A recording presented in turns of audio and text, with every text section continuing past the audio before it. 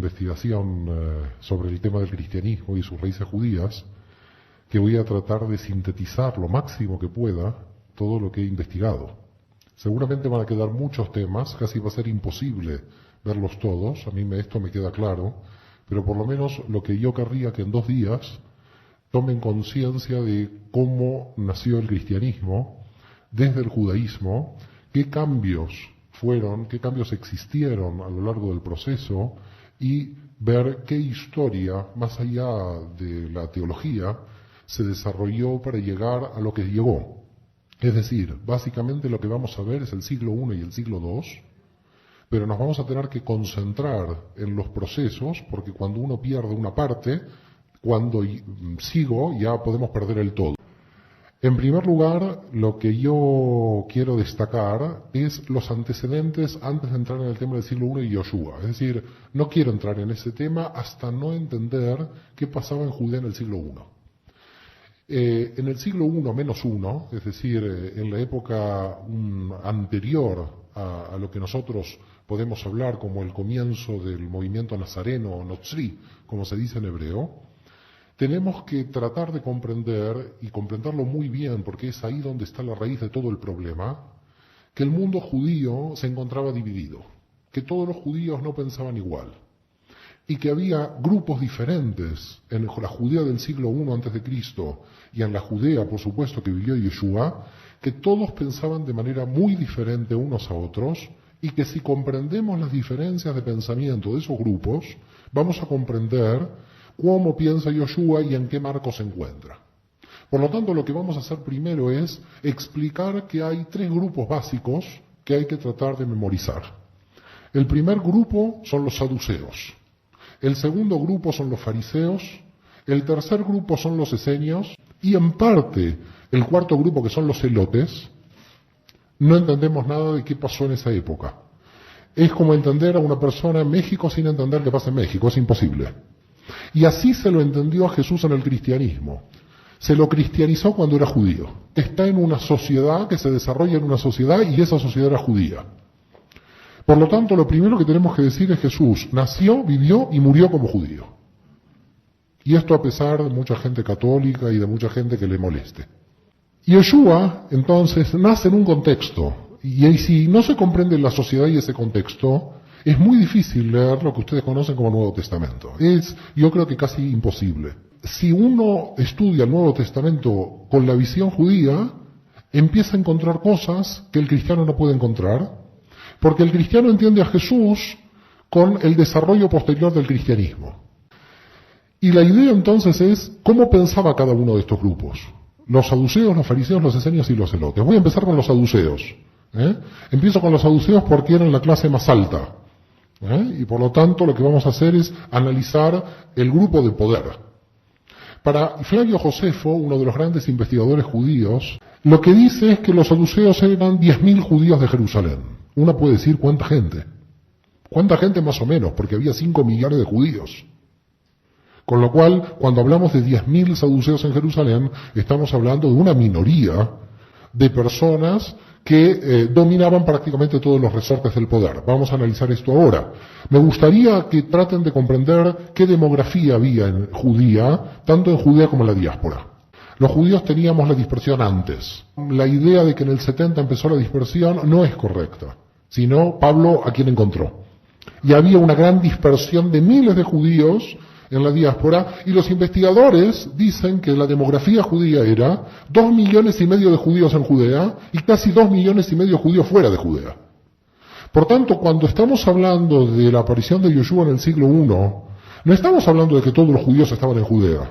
Estamos hablando ya que el 50% de judíos estaba solamente en Judea. Cuando digo Judea, hago por supuesto referencia a Judea, Samaria y Galilea, no solamente a Judea. Y por lo tanto, el 50% de los judíos ya vivía fuera por diversas causas, sobre todo económicas. Se iban de Galilea, no había trabajo, entonces me tengo que ir a Siria. En Galilea no hay trabajo, me tengo que ir a la Asia Menor. En Galilea no hay trabajo, me voy a Grecia. Y por lo tanto, la gente que no tenía trabajo en Judea Galilea se comenzó a ir. Pero este proceso ya había comenzado 2 siglos antes. Para que se juntaran 2,5 millones de judíos, el proceso fue muy anterior. Tanto es así que Alejandría, en la época de Yeshua, tenía 500.000 judíos. Alejandría era una ciudad que tenía 1 millón de habitantes, de los cuales 500.000 eran judíos y 500.000 eran griegos. No había egipcios, porque Alejandro, para conquistar Egipto, hizo una ciudad sin egipcios. ¿Queda claro? Por lo tanto dijo, ¿quiénes son buenos? Bueno, los judíos que están por aquí, vamos, los traemos por aquí, y los griegos que son mis amigos, también los ponemos aquí, y se fundó Alejandría. Claro, los judíos de Alejandría son muy importantes para la historia del cristianismo, aunque los cristianos no lo sepan.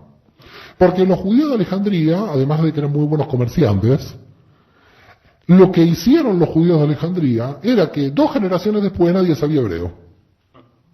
Y dijeron, ¿y ahora cómo vamos a seguir la lectura de la Biblia sin saber hebreo?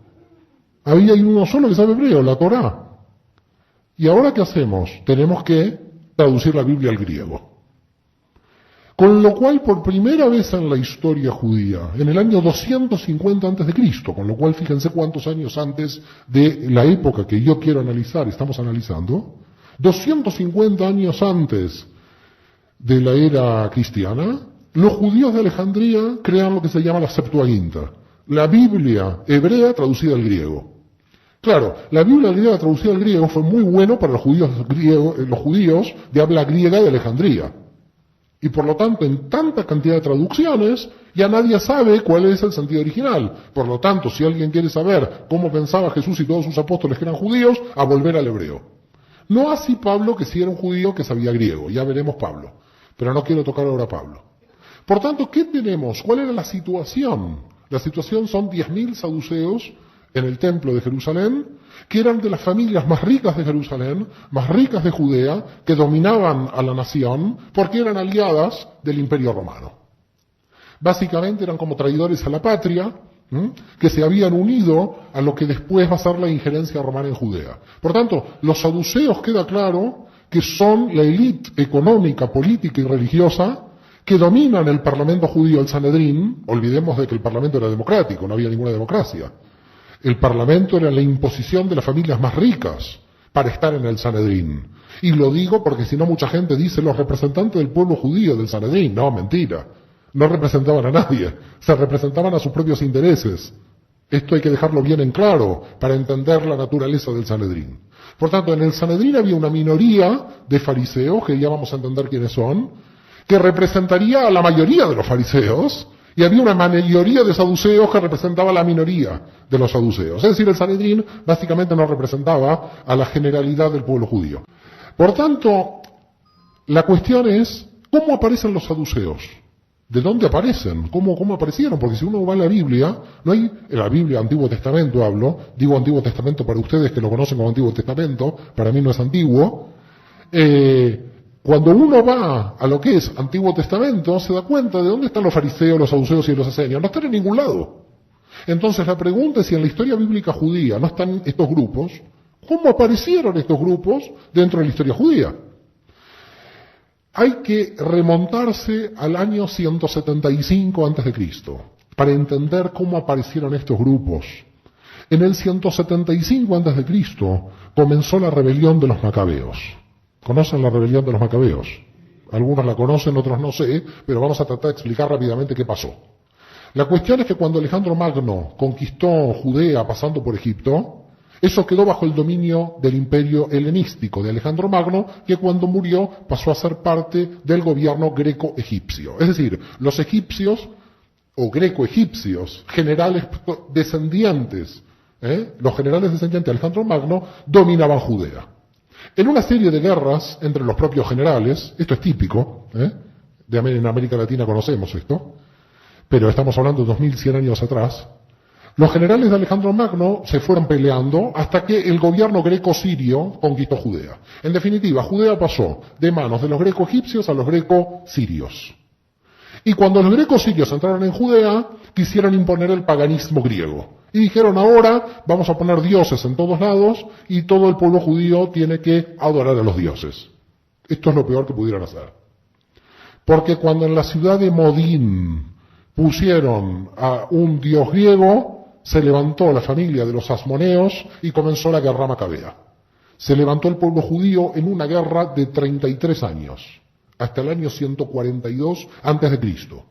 Con lo cual, del 175 al 142 a.C., hubo una guerra del pueblo judío para liberarse del poder extranjero. Hasta que en el año 142 a.C., Judea se declaró libre e independiente del poder griego.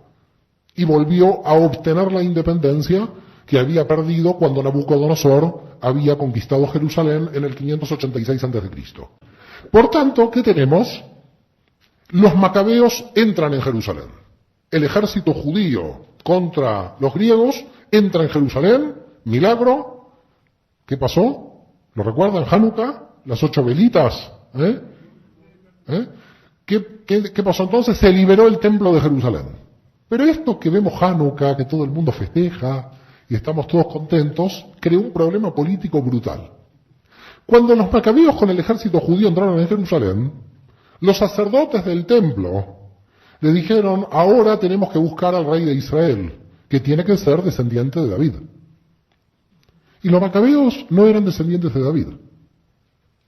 Y los macabeos dijeron: nosotros luchamos 33 años por el pueblo de Israel, y ahora no podemos ser los reyes de Israel porque unos sacerdotes del templo quieren buscar al descendiente de David.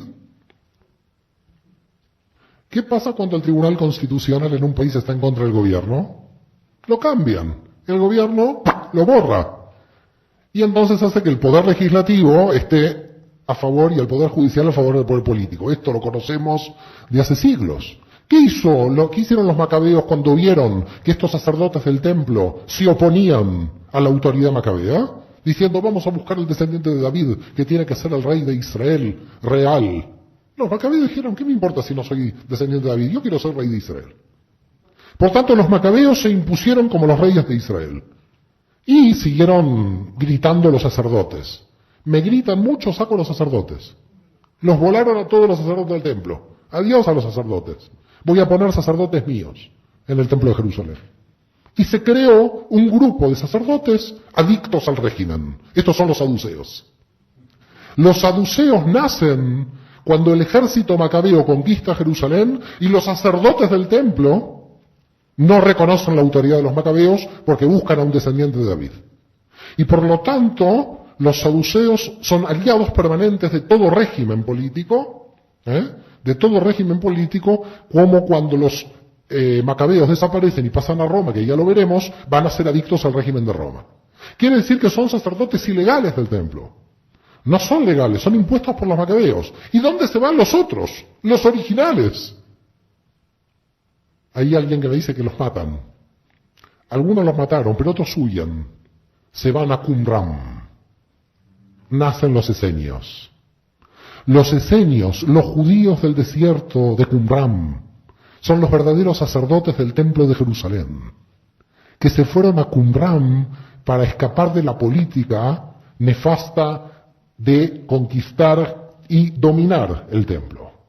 Los esenios van porque dicen que vuelven a la máxima ortodoxia.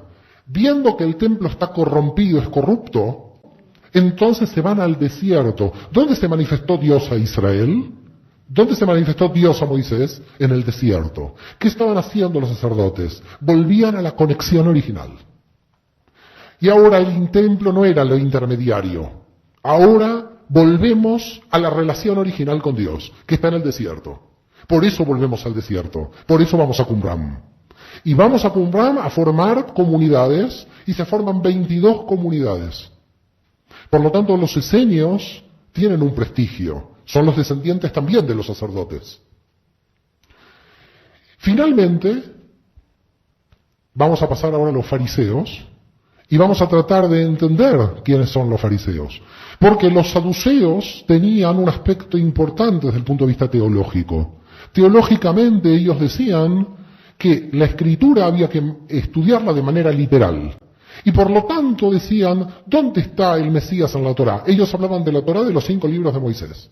No hablaban de profetas y salmos y los escritos. No lo tenían al mismo nivel. Cuando nosotros hablamos de la Biblia hebrea, automáticamente presuponemos que salmos, es decir, escritos, profetas y la Torá están en el mismo nivel. Eso no era la mecánica con la cual los saduceos pensaban. Los saduceos pensaban que la Torá literal, los 5 libros de la ley, eran superiores a toda la escritura. Y por lo tanto decían, ¿dónde Moisés nos dijo que tiene que venir el Mesías? El Mesías es un invento, no existe el tema del Mesías. ¿Dónde está la resurrección de los muertos? Y dicen los saduceos, ¿qué dice el texto del Génesis? El texto del Génesis dice, del polvo eres y entonces no hay resurrección, no hay nada. Esta es la única vida que hay. Esto decían los saduceos. La cuestión es que los saduceos decían, del polvo eres, al polvo volverás. El saduceo te preguntaba, ¿tú te acuerdas algo antes de nacer? No, bueno, no te vas a acordar nada después de morir. Por lo tanto es lo mismo. Y por tanto, esta vida que es la única, tenés que aprovecharla de la mejor manera posible.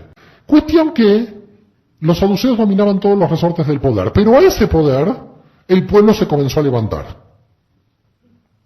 Ahora, el pueblo no se levanta solo. El pueblo tiene que tener dirigentes para que se levanten. Y los dirigentes son los maestros que conocen la Biblia. Aparece en el siglo II a.C. la figura del rabí, los rabinos. Los rabinos no son como hoy gente que dirige la liturgia en una sinagoga. Cuando nació la figura del rabino, fue una figura casi revolucionaria contra el templo de Jerusalén. Porque el rabino predicaba al pueblo la interpretación de la Torá.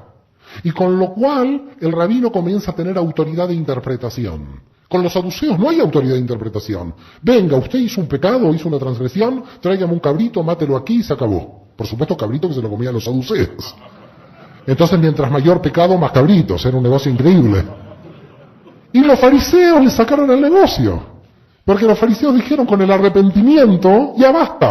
Por tanto, el sistema de sacrificios con respecto al tema de la teshuvá, como se dice en hebreo, arrepentimiento, empieza a cambiar.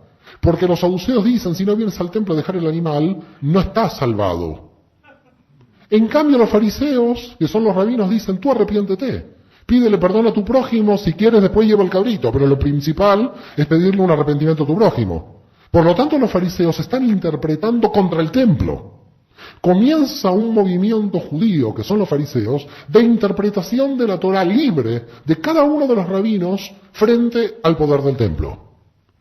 Y cada rabino, cuando se instalaba en una ciudad, creaba un sitio de reunión, lo que en griego vamos a llamar una sinagoga. Comienzan a crearse sinagogas en todo el mundo. Ya el judío no tenía que ir hasta Jerusalén a matar un cabrito. Y el judío en su sinagoga, en Atenas, podía tranquilamente orar y quedarse en Atenas. Esto fue la creación de lo que nosotros llamamos el movimiento fariseo, los rabinos, los que van a interpretar la Torá.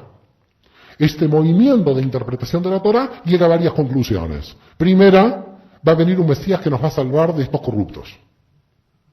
Segunda, va a destruir a todos los enemigos de Israel, este Mesías que va a imponer a toda la humanidad una paz universal, cumpliendo, por supuesto, las profecías de Isaías, las profecías de Ezequiel. Empieza a haber un conflicto entre los judíos de base y el templo de Jerusalén. Por tanto, lo que tenemos es un conflicto muy grande de todo el pueblo judío que sigue al movimiento fariseo. Y después, finalmente, los esenios. Los esenios piensan igual que los fariseos. Piensan en la resurrección, piensan en la libre interpretación. Pero también en Qumran, entre los esenios, había una idea apocalíptica. Llega el fin del mundo. Los esenios eran apocalípticos. Entendían que el reino se instauraba ya. Y por lo tanto, si eran apocalípticos, lo que estaban haciendo era luchar automáticamente para que ese reino se instaure. Ya veremos qué quiere decir instauración del reino. Por tanto, lo que tenemos entonces es un gran problema. Saduceos, fariseos, esenios. Y a esto le agregamos el cuarto grupo, los celotes. ¿Quiénes son los celotes? Los celotes en verdad son fariseos, pero ultranacionalistas judíos que quieren ir a la guerra directa contra Roma. Y quieren ir a la guerra directa contra los saduceos, y en parte hicieron una especie de terrorismo urbano, que cuando veían un saduceo solo le clavaban un cuchillo, que era la sica, de donde aparece la palabra sicarios. La palabra sicario viene de la sica de la época de Judea del siglo I, donde había dos judíos que se hacían los inocentes por ahí, pasaba un romano, trácate. Esto era la guerra santa prácticamente de un grupo de judíos que se llamaban celotes. Los celosos de la ley. Con lo cual, ¿qué tenemos? Lo que tenemos es un problema muy grande de muchos grupos en Israel. Pero ahora viene algo muy importante. ¿Por qué? Tenemos que estar muy atentos a esta parte del análisis de lo que estoy contando. Porque los fariseos no eran un grupo compacto, todos pensaban igual. Cada rabino tenía su escuela. ¿Quedó claro? Cada rabino en el movimiento fariseo tenía su escuela. Por lo tanto, las dos grandes escuelas fariseas del siglo I antes de Cristo, antes que aparezca Yeshua, son Hillel y Shammai. Hillel y Shammai son los que marcan las tendencias de las dos grandes escuelas del mundo fariseo. Con lo cual tenemos saduceos contra fariseos, esenios que se van a las montañas y a las cuevas de Qumran, celotes que matan romanos y matan saduceos, pero los fariseos, no un grupo en bloque, no un grupo homogéneo, sino un movimiento muy grande de gente que pensaba diferente porque cada rabino interpretaba la Torá a su manera. Esto hay que tenerlo en cuenta mucho, porque si no, cuando un cristiano lee el Nuevo Testamento no entiende nada cuando ve a Jesús enfrentándose todos los días con un fariseo diferente. Cuando uno en el Nuevo Testamento ve a Yeshua enfrentándose a los fariseos, porque eran otros rabinos que hacían otra interpretación de la Torá. Y por lo tanto, no es que los fariseos están contra él, están buscando la mejor interpretación de la Torá en cada debate. Por lo tanto, todo el Nuevo Testamento es un libro profundamente judío de un gran debate intelectual de la jurisprudencia de la Torá. ¿Cómo es posible que de un libro de debate hayan nacido dogmas? Es una cosa increíble. Porque es un libro de debate. Es Yeshua contra los fariseos y los fariseos que seguramente son rabinos diferentes, tratando de llegar a la mejor interpretación de esta Torá. Por tanto, lo que nosotros encontramos en el movimiento fariseo son los grupos de Shammai y Hillel. ¿En qué se diferencian? El grupo de Shammai era el grupo del rigor. Los ortodoxos serían, para llamarlos de alguna manera. Todos eran ortodoxos vistos desde hoy. Pero intento poner una clasificación arbitraria moderna para que se pueda entender quiénes son los fariseos. Los fariseos de Shammai son los ortodoxos. ¿Cómo piensan, por ejemplo? Hay que descansar en Shabbat, dicen los de Shammai, pero hay que descansar tanto que si hay un enfermo que no vaya al médico, que se muera. Porque esa es la voluntad de Dios. Y dice Shammai, ¿nosotros podemos con un médico cambiar la voluntad de Dios? ¿Quedó claro? Se respeta el Shabbat a rajatabla. Y por lo tanto, la circuncisión no se puede hacer, no se puede curar a nadie. Que Dios te ayude en Shabbat. Viene Hillel y dice, pero la Torá fue dada para el hombre, no el hombre para la Torá. Ahora sí voy a entrar un poco en materia, es decir, ya conociendo qué sucedía en Judea en el siglo I, que aparezca un rabino que no aparece automáticamente, porque viene cogido de la mano anterior de su primo. ¿Recuerdan quién era? ¿Alguien lo recuerda? Bueno, yo lo llamo Yohanan, porque lo llamo en hebreo, pero está bien. Es el mismo nombre. Juan. Las características de Juan son esenias. Todas las características del movimiento. Primero, el ámbito geográfico. Juan está en el desierto. Es más, cuando uno va al sitio donde dice la tradición que se hacían los bautismos de los esenios, que de alguna manera es básicamente la base fundamental de Juan, de Yohanan, que son los bautismos, el sitio de bautismo en Israel del Jordán está muy cerca del Mar Muerto, casi al lado de las cuevas de Qumran. Decir que Juan no conocía Qumran es prácticamente decir una mentira. Juan no solamente tenía que conocer Qumran, sino que además la comida que comía Juan, como dice el texto, aparece entre los restos en Qumran. No se puede encontrar más relaciones entre Juan y Qumran. ¿Qué tiene, de alguna manera, de importante, más allá de lo que después fue el desarrollo de la creación del cristianismo, entender a Yeshua en su contexto y en sus propias enseñanzas? La primera cuestión fundamental es que él entendía que la importancia central de la Torá era la ética de la Torá, no la casuística, o como podríamos llamar en términos de la Iglesia, el derecho canónico. Es decir, la mentalidad de Yeshua en la aplicación de la Torá era directamente la aplicación de la ética sin perder tiempo. Esto es lo que de alguna manera más impresiona a una persona que proviene del judaísmo, donde en muchos casos, muchos rabinos quedan enmarañados en alajot, en jurisprudencias, que a veces complican más que simplifican. Primero, que era profundamente judío, porque todos los judíos contestamos con otra pregunta. Y esto Jesús lo hace en todo momento. Es algo interesante que en la mentalidad judía no se responde con una respuesta, porque la respuesta cierra el debate. Por tanto, lo que vemos es un concepto casi de pilpul, es decir, de intercambio intelectual, de debate intelectual para el mejor conocimiento de la Torá. Y hay muchos casos increíbles en la aplicación práctica de la Torá en cuanto a cómo ir al núcleo central. Es decir, a mí me impresiona siempre cómo va el núcleo central con el buen samaritano, en el sentido que él es el que hace misericordia. Y llega a un punto tal que aplica la ética de la Torá de manera universal, siendo un rabino judío, siguiendo la línea profética. Siguiendo la línea profética la aplica de manera universal. Después Pablo la va a llevar hasta sus últimas consecuencias, esa idea universal, a la práctica.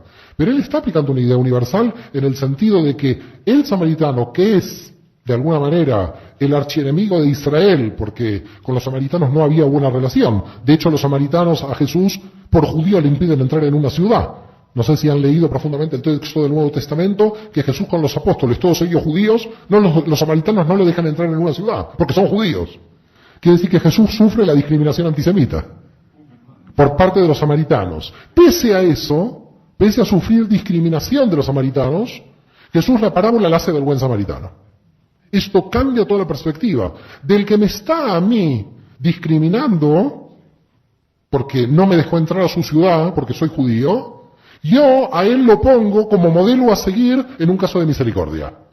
Y la tercera o cuarta cuestión que estamos viendo es que en verdad también encontramos en las enseñanzas del Halajá, de Yoshua, puntos importantes relacionados no solamente con la justicia social de Isaías, sino también en el terreno político, de la denuncia política. Por ejemplo, cuando va y da vuelta a las mesas de los cambistas, lo que está haciendo es una denuncia política. El templo se está usando como un centro de corrupción. Voy a empezar a entrar en la cuestión de la escritura, pero me gustaría ir a algún texto, y a los textos, para tratar de analizar un poco lo que estamos explicando. Lo voy a decir rápido, algunos textos los sé de memoria. Voy a ir a un libro que se llama de Levi ben Alfeo. ¿Conocen a Levi ben Alfeo? ¿Alguien lo conoce? Bueno, quizás lo conocen como San Mateo. El judío Levi ben Alfeo, a mí me gusta decir el judío Levi ben Alfeo porque así lo llamaban al pobre hombre. Si a Mateo le decíamos Mateo ni se enteraba. El judío Levi ben Alfeo, que ustedes lo llaman Mateo, pero le han cambiado el nombre. Levi ben Alfeo, que escribe, ya sabemos que escribe el Evangelio de Mateo, escribe que dijo el judío Jesús. Por lo tanto, Levi ben Alfeo, que es judío, escribe que otro judío dijo, capítulo 5, versículos 17 a 20 de Mateo, no penséis que he venido a abolir la Torá ni los profetas. No he venido a abolir, sino a dar cumplimiento. Porque en verdad les digo que ni una yut de la ley pasará hasta que sucedan todas las cosas. Y está diciendo que él observa la Torá. ¿Dónde está la ley de Cristo de la Edad Media? ¿Dónde está la Trinidad? ¿Dónde está la inobservancia de la ley? Está él como rabino diciendo que viene a observar la ley. Y lo está diciendo en el Nuevo Testamento y 2.000 millones de cristianos en el mundo lo leen. Ahora, ¿qué leen ahí? Están leyendo que observa un rabino la ley. Si siguen a Jesús, la pregunta mía en la investigación es, hay una religión que dice que sigue a Jesús, pero no cumple con la ley, que es lo que dice él. Con lo cual, la cuestión es, ¿cómo es posible? Yeshua de Nazaret como rabino está diciendo que viene a observar la Torá. Y la Torá no está siendo observada. Entonces, aquí hay algo que no cuadra. ¿Qué pasó 2000 años en el medio? Está diciendo que viene a observar la Torá. Bueno, hasta ahí uno se podría enloquecer un poco. Entonces uno dice, yo al judío Levi ben Alfeo no le creo nada. A Mateo no le creo nada, me voy a ir a otro lado. Me voy a ir al judío Mordejai ben Yohanan. Ahora ya saben de quién puedo hablar. De San Marcos.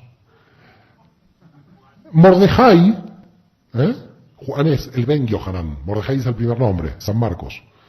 En Marcos capítulo 12, versículos 28 a 32, aparece un sofer, un escriba que se encuentra con Yoshua y le dice, Rabí, ¿cuál es el principal mandamiento de todos? ¿Y qué dice Yoshua? Lo voy a decir en hebreo. Shema Israel, Adonai Eloheinu, Adonai Echad. Escucha Israel, Adonai nuestro Dios, Adonai es único. ¿Dónde está la Trinidad? ¿Quién inventó la Trinidad? Se inventaron en los concilios. 4 siglos después, 3 siglos después en el Imperio Romano. Uno podría decir, hey, mire el último versículo de Mateo que ahí está la Trinidad. Pero se descubrió en un códex antiguo en 1966 en Istambul, que en ese códex la Trinidad de los dos últimos versículos de Mateo no están. Parece que fue una interpolación después del concilio de Nicea o después del concilio de Constantinopla del 381. La cuestión es que él está diciendo el Shema Israel, lo que todos los judíos decimos en todas las sinagogas. La profesión de fe judía la está diciendo Jesús. No hay Trinidad en el texto del Nuevo Testamento porque no la van a encontrar en una posible interpolación del texto final. Y como no me convence tampoco este autor, me voy a ir a otro, ahora sí me voy a Juan, a Yohanan, y voy a leer que cuando se encuentra con la Sirofenicia en el 3:22, él dice, ¿la salvación de quién viene? La salvación viene de los judíos, señores. Es increíble. Ahora ya puedo decir que miente uno, puedo decir que mienten dos, pero ahora están mintiendo todos. Todos me dicen que Jesús fue judío, que Jesús pensaba como judío y que lo que estaba aplicando era la Torá. No, no puede ser. Indudablemente, el texto canónico de todo el cristianismo me está diciendo que ahí hay un judaísmo oculto, que es el judaísmo de Jesús. Que Jesús era judío, que manifestó una observancia a la Torá, pero que cuando manifestó la observancia del sábado lo hacía en la línea de Hillel y curaba enfermos. Pero no creó el domingo, ni conocía a los cardenales, ni había paseado por Roma. Cuando dice yo os digo, ¿qué él dijo? ¿Yo os digo que voy a fundar una nueva religión? En ningún momento dice yo os digo que voy a formar una nueva religión. Dice, yo os digo que voy a radicalizar la exigencia de la Torá, que soy yo más exigente. Este es un punto. El segundo punto es que va a decir un autor protestante en 1956, Bultmann, que va a decir que Jesús fue el único rabino que supo aprovechar las potencialidades positivas del judaísmo. No lo sé. No sé si había otros rabinos que también no estaban sacando las potencialidades positivas. Pero claro, la teología cristiana lo tiene que ver como el único rabino que sacó las potencialidades, porque si no, no hay una diferencia con el judaísmo. Y lo que se está buscando en forma permanente es dividir a Jesús del judaísmo. Como dijo el sabio filósofo Martin Buber, y con esto termino para entrar en las preguntas, aunque haya 15 minutos de preguntas, es entre los judíos y Jesús se interpuso la Iglesia. Muchas gracias. Que yo lo que quería hacer es, ya que los tengo aquí, están medios atrapados porque están en el seminario, no solamente hacer la ruptura del siglo II, sino ver si puedo llegar al siglo III y siglo IV. Pero bueno, esto es un poco ambicioso, lo que yo quiero hacer, y espero que nos dé el tiempo, y bueno, esto depende ya del tiempo, porque me gustaría ver todo el proceso hasta Constantino. Me gustaría ver todo el proceso de la ruptura, no solamente del siglo II, sino también del siglo III y toda la época del siglo IV, que es Constantino, con lo cual voy a ver si llego. Vamos a ver, ya no dependerá de mí. En principio nos ubicamos en el siglo I, y recuerdan ya los 4 personajes judíos que teníamos que dominaban lo que se llamaba el judaísmo mesiánico, que después con el tiempo vamos a denominar como cristianismo.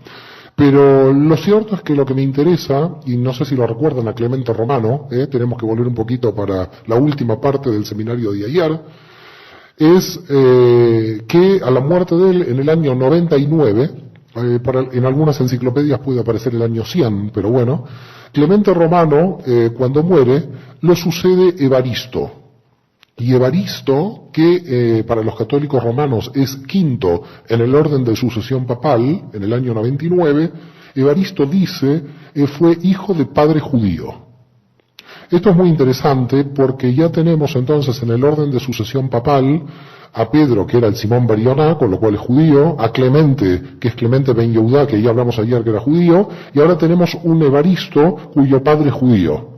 La cuestión es que Pedro era judío y estaba casado, este fue el primer papa. Ahora si un judío casado va a pedir el papado, no sé si se lo dan.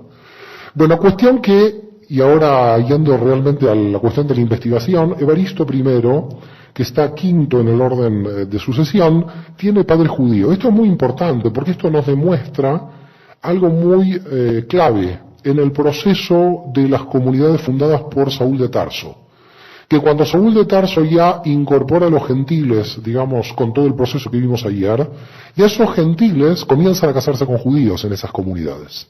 Y entonces aparece, por ejemplo, una persona como Evaristo, que para el orden romano de sucesión papal va a ser papa, entre comillas, él no se enteró que era papa, porque el papado nace después, pero obispo de Roma del 99 al 107, durante 8 años, va a ser obispo de Roma. Lo que vemos como Evaristo, siendo él hijo de padre judío y de madre gentil, es que en las comunidades de Pablo los judíos y los gentiles se empiezan a casar entre sí. Con lo cual esto es la muestra que a fines del siglo I y a principios del siglo II, los gentiles y los judíos de esas comunidades ya estaban teniendo hijos que asumían las funciones de dirección del movimiento judío mesiánico que con el tiempo después vamos a llamar cristianismo. Pero también hay algo interesante, que llegaban a los puestos de conducción, para llamarlo de alguna manera, no solamente los judíos que tenían la preparación porque venían del mundo de la Torá, es decir, en líneas generales conocían la Biblia, con lo cual los gentiles que ingresaban a las comunidades de Pablo tenían un gran problema. Tenían que tener el nivel bíblico de los judíos que ya estaban. No sé si ven ese desequilibrio. A veces uno cuando lee las cartas de Pablo parece que entraron los gentiles y automáticamente saben la Biblia en un día. Era muy difícil hacer entrar a los gentiles, no fue tan automático. Esos gentiles tenían que ir conociendo la Biblia hebrea e incorporándose al movimiento. ¿Se comprende esto? Así que cuando decimos Pablo incorporó a los gentiles, lo decimos rápidamente, pero no es tan rápido. El proceso va lentamente. Quizás un gentil necesitaba 10, 20, 30 años para realmente incorporarse al movimiento judío mesiánico. Y por lo tanto en el 107 que muere Evaristo, la pregunta es ¿por qué murió en el 107?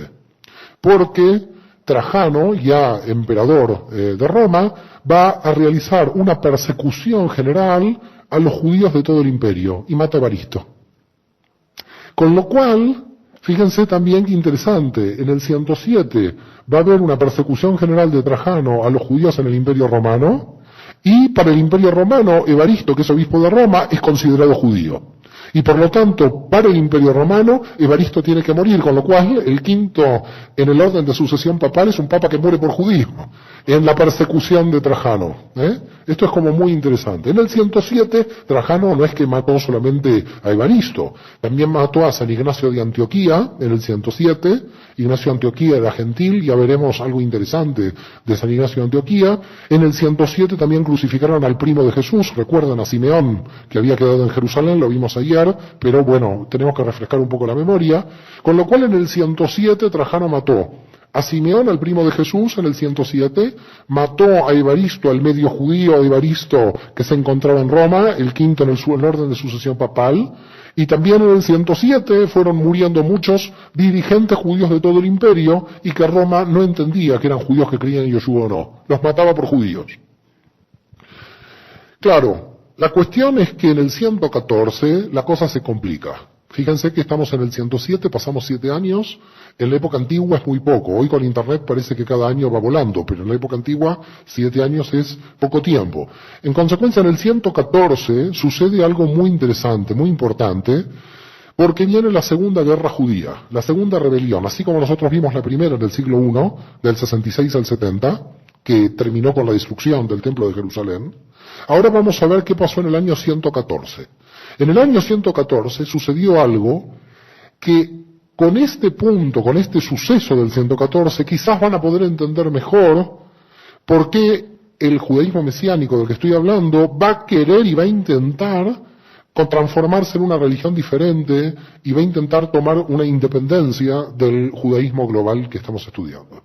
En el 114 aparecieron el imperio parto. No sé si recuerdan la historia, pero voy a intentar hacer un poco de historia para que entiendan, porque esto va a ser un problema de geopolítica internacional del siglo II, lo que voy a explicar ahora. El imperio parto, los partos estaban en Persia, eran los descendientes de los persas, con lo cual el imperio parto estaba en lo que hoy es Irán. ¿Saben dónde queda Irán? Bueno, donde está ahora Irán, eso era el imperio persa, después se va a llamar el imperio de los partos. Hay 2 regiones donde los romanos nunca pudieron avanzar ni conquistar. Porque eran regiones que cuando pasaba una legión la destruían. Es decir, el Imperio Romano, ¿a qué límites llegó? A los límites donde llegaron las legiones. Pero cuando las legiones desaparecieron porque las exterminaban, el Imperio Romano dijo, más aquí no paso. Había dos regiones básicas donde el Imperio Romano no podía pasar. Germania, Alemania e Irán. En estos dos sitios, fíjense que los alemanes se dicen arios, que provienen de la misma región, el norte de la India, Irán. Cuando del Tigris y el Éufrates pasaba una legión romana, los partos la aniquilaban. Con lo cual los romanos, con miedo, se quedaron del otro lado del Tigris y el Éufrates. Ya no pasaron el Tigris y el Éufrates. No avanzaron como Alejandro Magno hasta la India. Y lo mismo pasaba en el río Rin. Cuando pasaban el Rin, los germanos aniquilaban a las legiones romanas. Por tanto, Roma, cuando llegó a Germania y llegó a Irán, a lo que era Irán en ese momento, Partia, dijo, hasta aquí llegué. No puedo avanzar más porque ya no tengo fuerza para seguir avanzando. Esto es muy importante porque los partos, que estaban en constante lucha con el Imperio Romano, lo que querían era llegar al Mediterráneo. Claro, si llegan al Mediterráneo parten en dos el Imperio Romano. El Imperio Romano lo que quería era dominar el Mediterráneo, el Mare Nostrum. Y por lo tanto, si los partos llegaban a Israel, ¿qué hacían? Llegaban al Mediterráneo. Y el Imperio Romano se partía en dos. Con lo cual, los partos, ¿a quiénes necesitaban para llegar a Israel? A los judíos. ¿Qué hicieron los partos? Enviaron mensajeros a Judea diciendo que si el pueblo judío se levantaba contra Roma, cosa que esto era fácil porque estaban ya de una rebelión anterior, la del 66-70, si el pueblo judío se levantaba contra Roma, el imperio parto se comprometía a la reconstrucción del templo de Jerusalén. Es decir, cómo los partos tentaron a los judíos a unirse a ellos como aliados. Nosotros, si conquistamos Judea, te vamos a construir el templo. Cuando los judíos se enteraron de esto que hicieron, vivan los partos. Es claro. Los partos entonces esperaron a que los judíos se rebelaran y en el 114 los judíos del Imperio Romano se levantaron en armas. La diferencia, ¿cuál es? Que en el 66, cuando fue la rebelión que terminó con la destrucción del templo, la primera rebelión, solamente se levantó Judea contra el Imperio Romano. Pero en el 114 se levantaron los judíos de Alejandría, los judíos de Cirenaica, los judíos de Chipre, los judíos del Asia Menor y los judíos de Judea. Los judíos en el 114, en la rebelión contra Trajano, todas las comunidades de la diáspora participaron en solidaridad con los judíos de Judea en la rebelión general. Esto no había pasado en la rebelión del 66. En la rebelión del 66 los judíos de la diáspora dijeron que se muera lo de Judea. Podemos ayudar económicamente, pero yo no me rebelo contra Roma. Por tanto, Roma dejó muy bien a las comunidades judías del interior. Respetó religiosamente a las comunidades judías fuera de Judea. Solamente aniquiló la independencia judía en Judea, pero no a las comunidades del exterior. En el 114, la diferencia con la rebelión del 66 es que los judíos de la diáspora se unen a Judea y se rebelan todos. Con lo cual el Mediterráneo oriental entero se rebela y las legiones romanas que estaban cuidando la frontera del Tigris y el Éufrates tienen que retirarse para ir a liquidar a los judíos que se habían rebelado. Tienen que reconquistar territorio romano porque se estaban rebelando las comunidades judías dentro del imperio.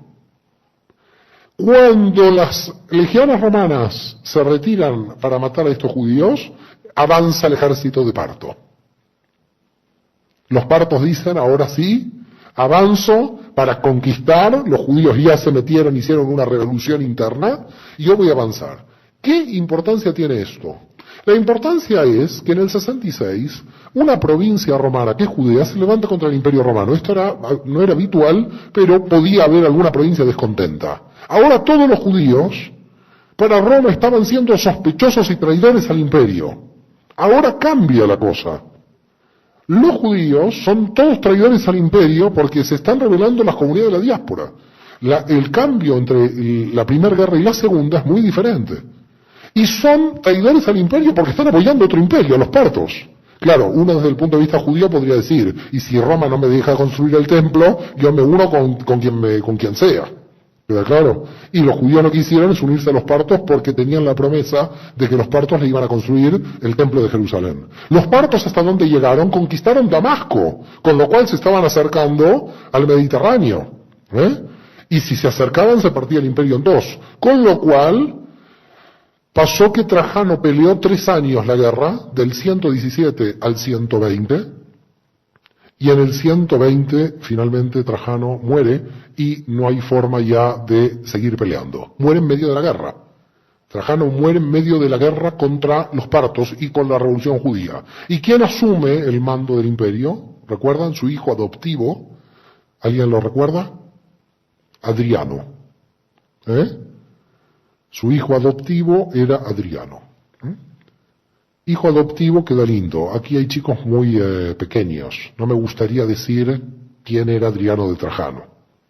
Más que hijo adoptivo era pareja adoptiva. Los más adultos lo van a poder entender. No quiero dar más detalles porque hay demasiados niños aquí. Con lo cual, Adriano va a asumir el cargo de emperador y se da cuenta Adriano que cuando asume el cargo de emperador no puede haber una guerra en 2 frentes.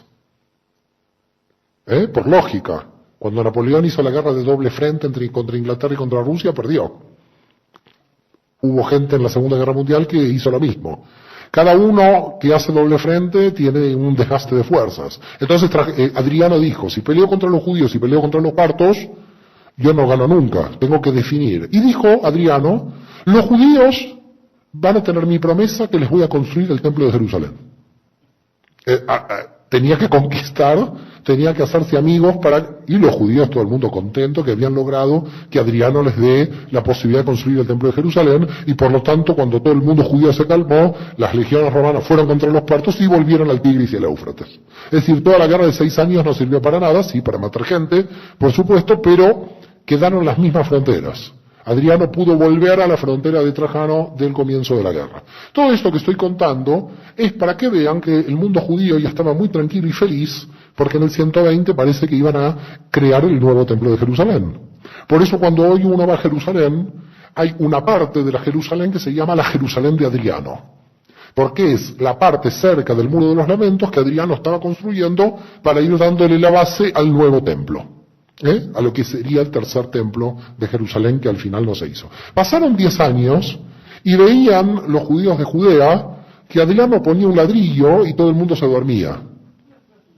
Que esto no iba rápido, que era una cosa muy rara la promesa de Adriano, la promesa de los políticos. Yo te voy a hacer el templo de Jerusalén. Los judíos le creyeron. Toma un ladrillo y ahí a esperar 6 meses. Otro ladrillo a esperar 6 meses. La cuestión que el templo a esa velocidad se hubiera construido en el siglo 30, porque no iba velozmente la construcción. Adriano hizo la promesa, ven que aquí hay un ladrillo, la gente decía esto es un chiste, aquí no avanza, hasta que después de 10 años, casi 12, el pueblo judío se dio cuenta, aquí no hay templo, aquí Adriano me está engañando, y por lo tanto, y los judíos le dijeron a Adriano, mire, empezaron a presionar, usted tenía una promesa con el pueblo judío, la reconstrucción del templo de Jerusalén. Ah, sí, dijo Adriano. Ahora me olvidé de la promesa. ¿Y qué va a hacer? Mire, yo voy a poner al dios Júpiter aquí, ¡boom! Y puso donde estaba el templo el dios Júpiter. A los 3 días de poner al dios Júpiter, el pueblo judío en Jerusalén le cortó la cabeza al dios Júpiter y se levantó Jerusalén contra el imperio. Y se levantó Judea contra el imperio, y un rabino, el rabino Akiva, Rabí Akiva, dijo, Bar Kokhba es el Mesías de Israel. Uno de los generales que se levantaron. Ahora había para elegir. Ya no había uno que era Yeshua, ahora también estaba Bar Kokhba. Los judíos dijeron, posiblemente este es el Mesías. Vamos a ver si le ganamos a Roma. Si no, no es Mesías. Pero cuando perdió la guerra dejó de ser el Mesías. Pero mientras tanto, si ganaba, podía hacerlo, con lo cual los judíos se levantaron contra Roma, diciendo Bar Kokhba es el Mesías. Muy bien, 2 Mesías, levantamiento contra Roma, no hay templo. Una guerra que también, según los historiadores, aniquiló a más de 500.000 de judíos. Cada vez la cantidad de judíos iba bajando, como pueden ver, desde esos 5 millones que yo expliqué, prácticamente cada 50 años otra guerra contra Roma, miles de judíos muertos. Pero lo cierto es que nos encontramos en el 132, Y en el 132 hay esta tercera guerra contra Roma que termina en el año 135. ¿Cómo termina? Gana Roma, siempre ganaba Roma, no había nada que hacer contra Roma. Roma entra en Judea, conquista Judea y dice, bueno, ahora vamos a hacer así, dice Adriano. Yo a los judíos no los quiero ver ni en figurillas. Es decir, 3 años de guerra. En los documentos oficiales romanos dicen, ganamos, siempre se decía ganamos con la victoria imperial, pero aquí fue desastrosa, la victoria imperial costó, digamos, esta guerra ganarla, con lo cual fue una especie de victoria pírrica en el sentido que murieron muchos romanos, pero lo cierto es que Adriano tomó varias decisiones. Primera decisión, los judíos de todo el imperio tienen prohibida la circuncisión y el Shabbat.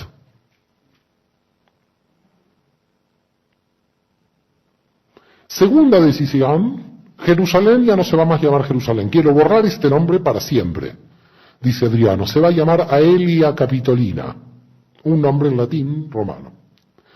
Y Judea, no quiero que jamás se llame Judea. Se va a llamar, y a ver, dice Adriano, ¿cómo se puede llamar? Y habla con sus asesores, y le dice a sus asesores, quiero un nombre que fastidie a la gente judía. Y entonces dicen sus asesores, mire, el pueblo que más fastidió a la historia judía fueron los filisteos, porque los filisteos permanentemente competieron con Saúl, combatieron con... Y bueno, pongámosle Filistea, Judea. Y fue Filistea. Filistea en latín es Palestina. Ahí nació el nombre de Palestina, Filistea. Con lo cual el nombre de Palestina aparece con Adriano en el 135 por la imposición del nombre Filistea. Claro, cuando aparecen los textos que estudian los chicos y dicen la Palestina del tiempo de Jesús, ¿qué Palestina? Si no existía. Palestina, el nombre lo inventa Adriano. Con lo cual cada vez que hablamos de la Palestina del siglo I no sé de qué estamos hablando, porque estamos hablando de un sueño, porque no existe ese nombre. Pero cuestión es que cuando terminó en el 135 la guerra, todas las comunidades judías que creían en Yoshua mezcladas con gentiles, tienen varios problemas, y volvemos a la rebelión del 114-117 de Trajano.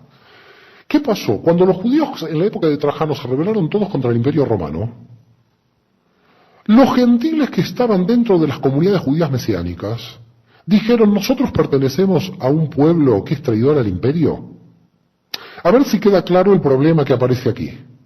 Hay un romano que es un gentil que va a una sinagoga de Pablo, porque le interesa la Biblia, porque ya está incorporado. Ese romano que está en la sinagoga se pregunta si en esa sinagoga mesiánica los judíos que están ahí son diferentes porque si no son traidores al imperio.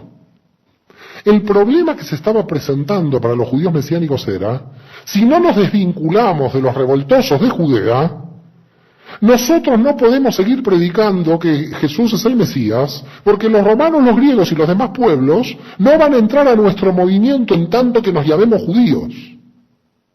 Nosotros tenemos que ser otra cosa, llamarnos otra cosa, para que entiendan los romanos y los griegos que no somos aliados ni traidores al imperio y estamos desvinculados de Judea. Comienzan a hacer el cristianismo.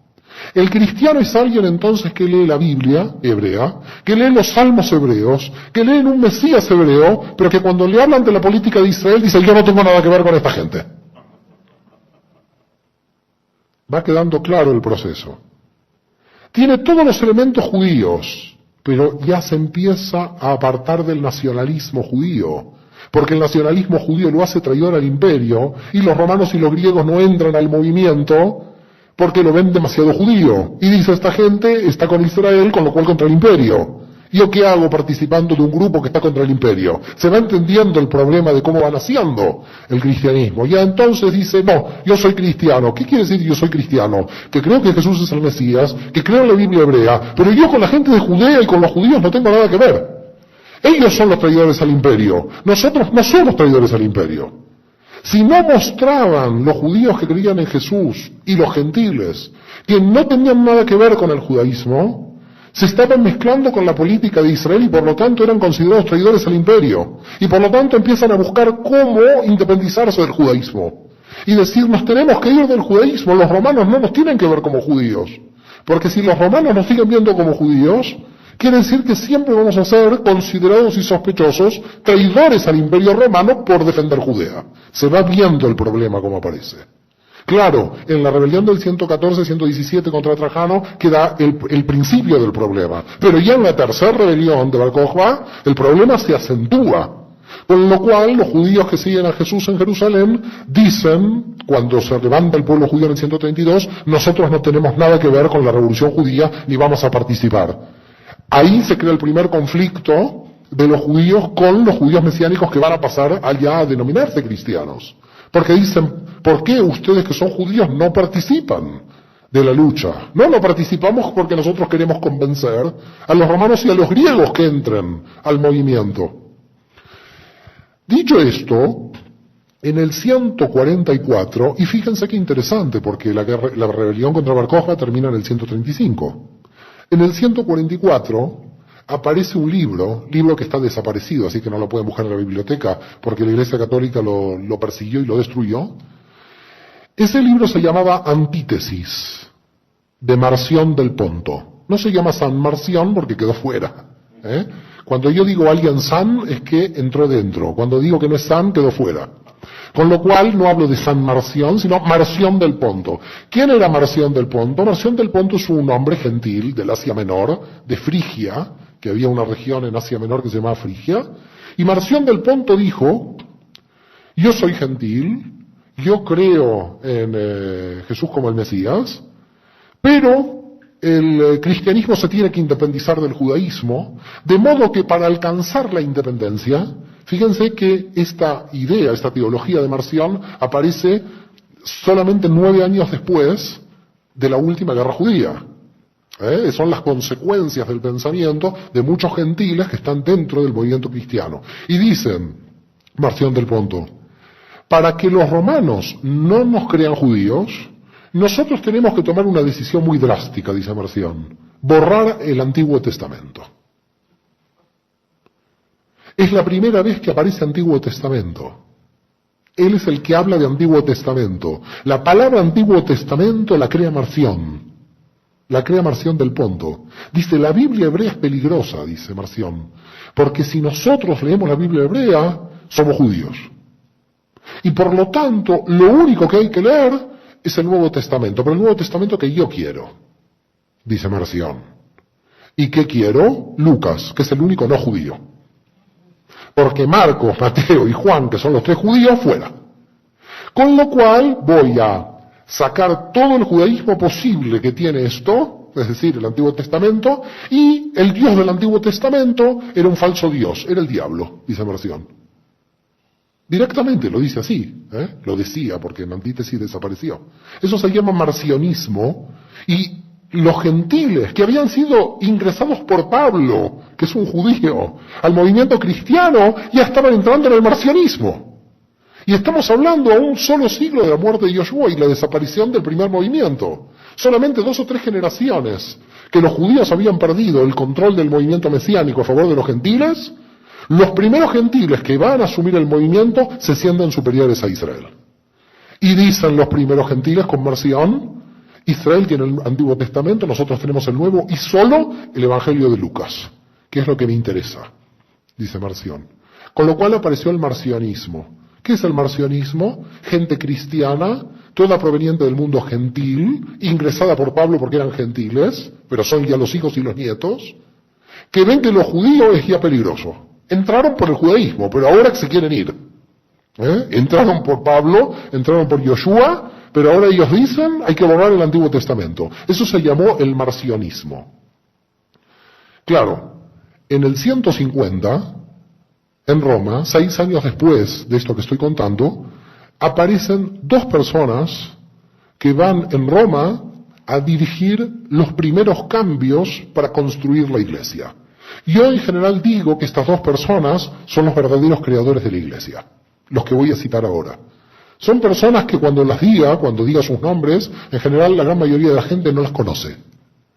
Pero la mentalidad y lo que hicieron dio lugar a que ya podamos hablar desde mediados del siglo II en adelante de un cristianismo que se va a diferenciar de su tronco judío. Pero esta diferencia fue intencional, programada en Roma por 2 personas. San Justino y San Aniceto, que seguramente, no sé si alguna vez los habrán oído, pero estas dos personas, piensen que no digo Justino y Aniceto, le pongo el San, quiere decir que están dentro, San Justino y San Aniceto tomaron una serie de decisiones en Roma. Lo más interesante entre ellos dos es que nacieron el mismo año, en el año 100, dicen las biografías que nacieron. Uno murió en el 166 y otro murió en el 165. Quiere decir que casi nacieron juntos, tenían la misma edad y casi murieron juntos. Pero lo importante es, no voy a ir a la biografía de cada uno de ellos, pero lo importante es qué hicieron a los fines de la ruptura. San Justino y San Aniceto hicieron varias cosas. La primera, que San Justino escribió una obra que se llama Diálogo con Trifón. En verdad, en el original del título era Diálogo contra Trifón. ¿Quién podía haber sido Trifón? El rabino Tarfón. El rabí Tarfón del siglo II, que aparece en la tradición oral hebrea, en el Talmud, es probable que haya sido este hombre, Trifón, que él lo que hace en esta obra, Diálogo contra Trifón o con Trifón, es dialogar con un judío. Y él dice, Justino, yo soy cristiano, él es judío. Por primera vez, en el 150, a mediados del siglo II, hay un pensador que dice, soy cristiano, él es judío. Aquí sí ya tendríamos de alguna forma la verificación de que ya está roto algo, porque ya él no se siente. Y en el primer capítulo del Diálogo con Trifón, es interesante porque él escucha una conversación y dice, estoy escuchando a 3 estudiantes judíos con su rabino, con el rabino Tarfón o Trifón, que están hablando de las consecuencias de la guerra de Judea contra Adriano. Pero yo no entro en ese debate porque no es mío. ¿Quedó claro? Es decir, aquí ya él dice, el debate político de Judea no es mío. No tengo nada que ver, estos son los revoltosos de Judea. Y Justino, que está en Roma, que va a vivir en Roma, aunque nació en Flavia Neápolis, en lo que es la actual Nablus, en Israel, Justino está en Roma como filósofo, predicando como pensador, amigo de Aniceto, que Aniceto es un cristiano que nació en Damasco, por lo tanto tenemos un cristiano de lo que para Adriano después ya va a ser Palestina, pero nace en Galilea, en la región de Samaria y Galilea, y otro de Damasco, que son amigos y que se encuentran en Roma. Y entonces Aniceto y Justino dicen, nosotros nos tenemos que diferenciar del mundo judío y vamos a hacer 2 o 3 cosas. La primera, oficializamos el domingo. Ya no se puede descansar en Shabbat.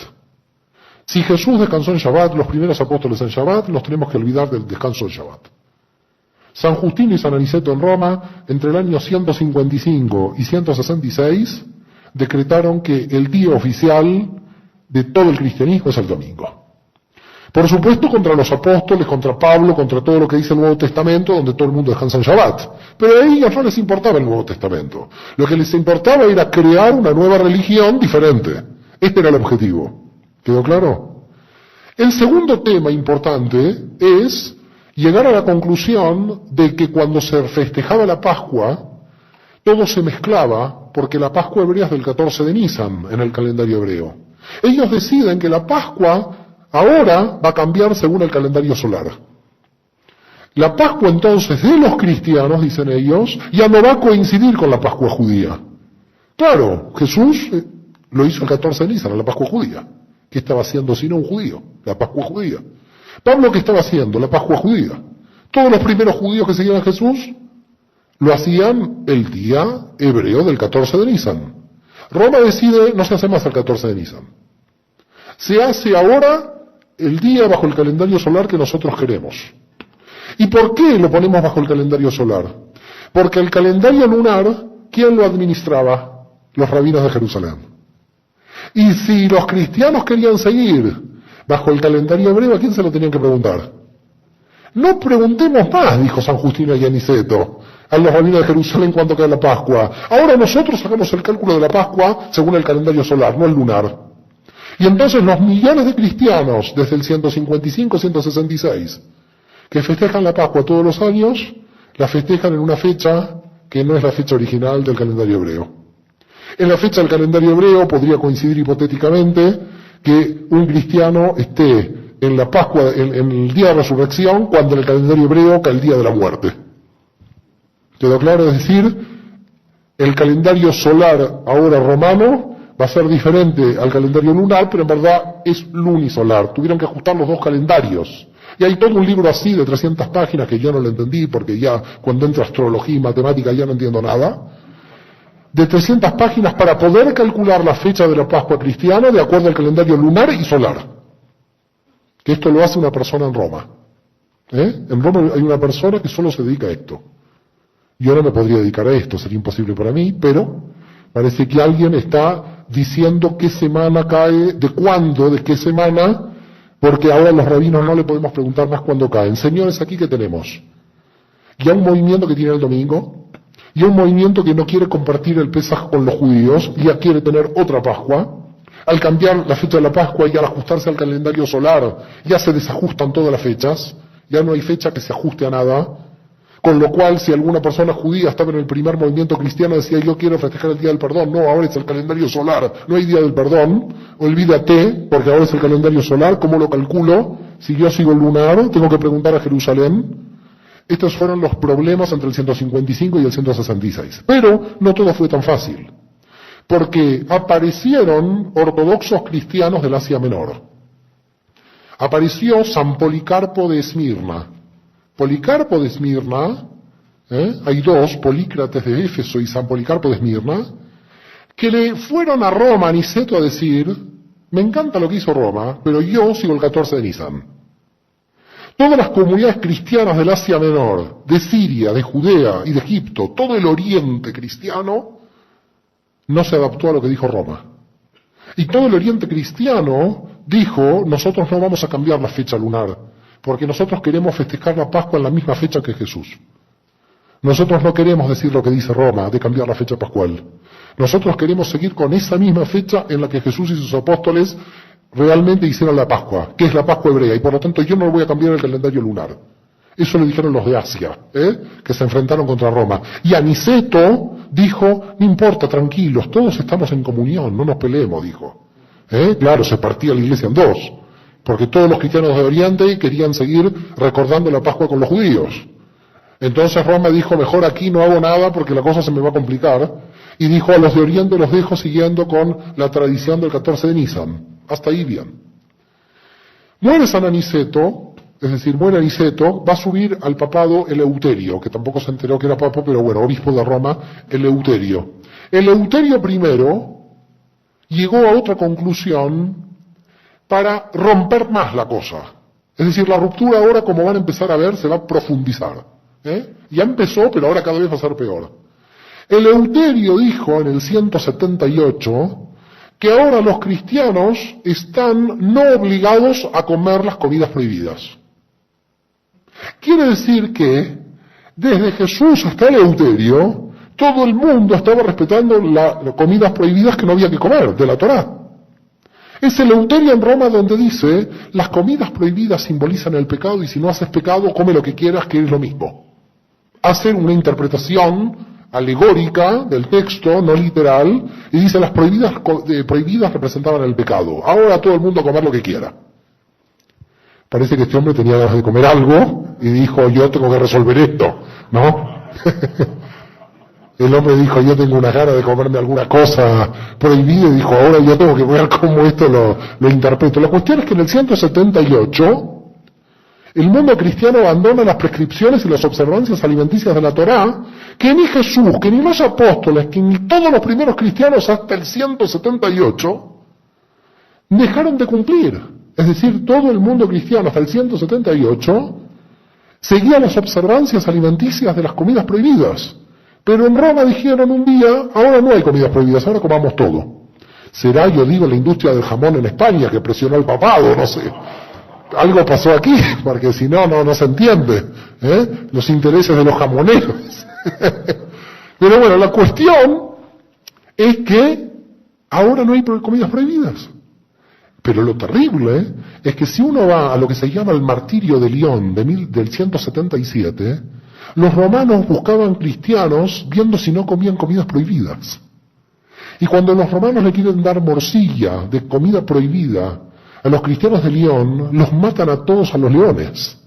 Es decir, que los cristianos morían por observar la Torá en el martirio de León del 177, y después en Roma deciden que eso no vale. Gente que moría porque Roma les obligaba a no comer, a comer, se daban cuenta los romanos cuando había cristianos de que estaban observando las comidas prohibidas y así los mataban. Igual así Roma ya cambió, con lo cual ya cuántos cambios tenemos. Se abandonó el Shabbat por el domingo, se abandonó la Pascua hebrea por una Pascua diferente en cuanto al calendario. La simbología ya sabemos que es diferente, después lo analizaremos, pero por lo menos en cuanto al calendario, para que judíos y cristianos no compartan la mesa, para que no coincidan la fecha de la Pascua. Y después tercero, ahora viene Eleuterio y nos dice, las comidas prohibidas ahora están todas permitidas. A comer lo que quieran.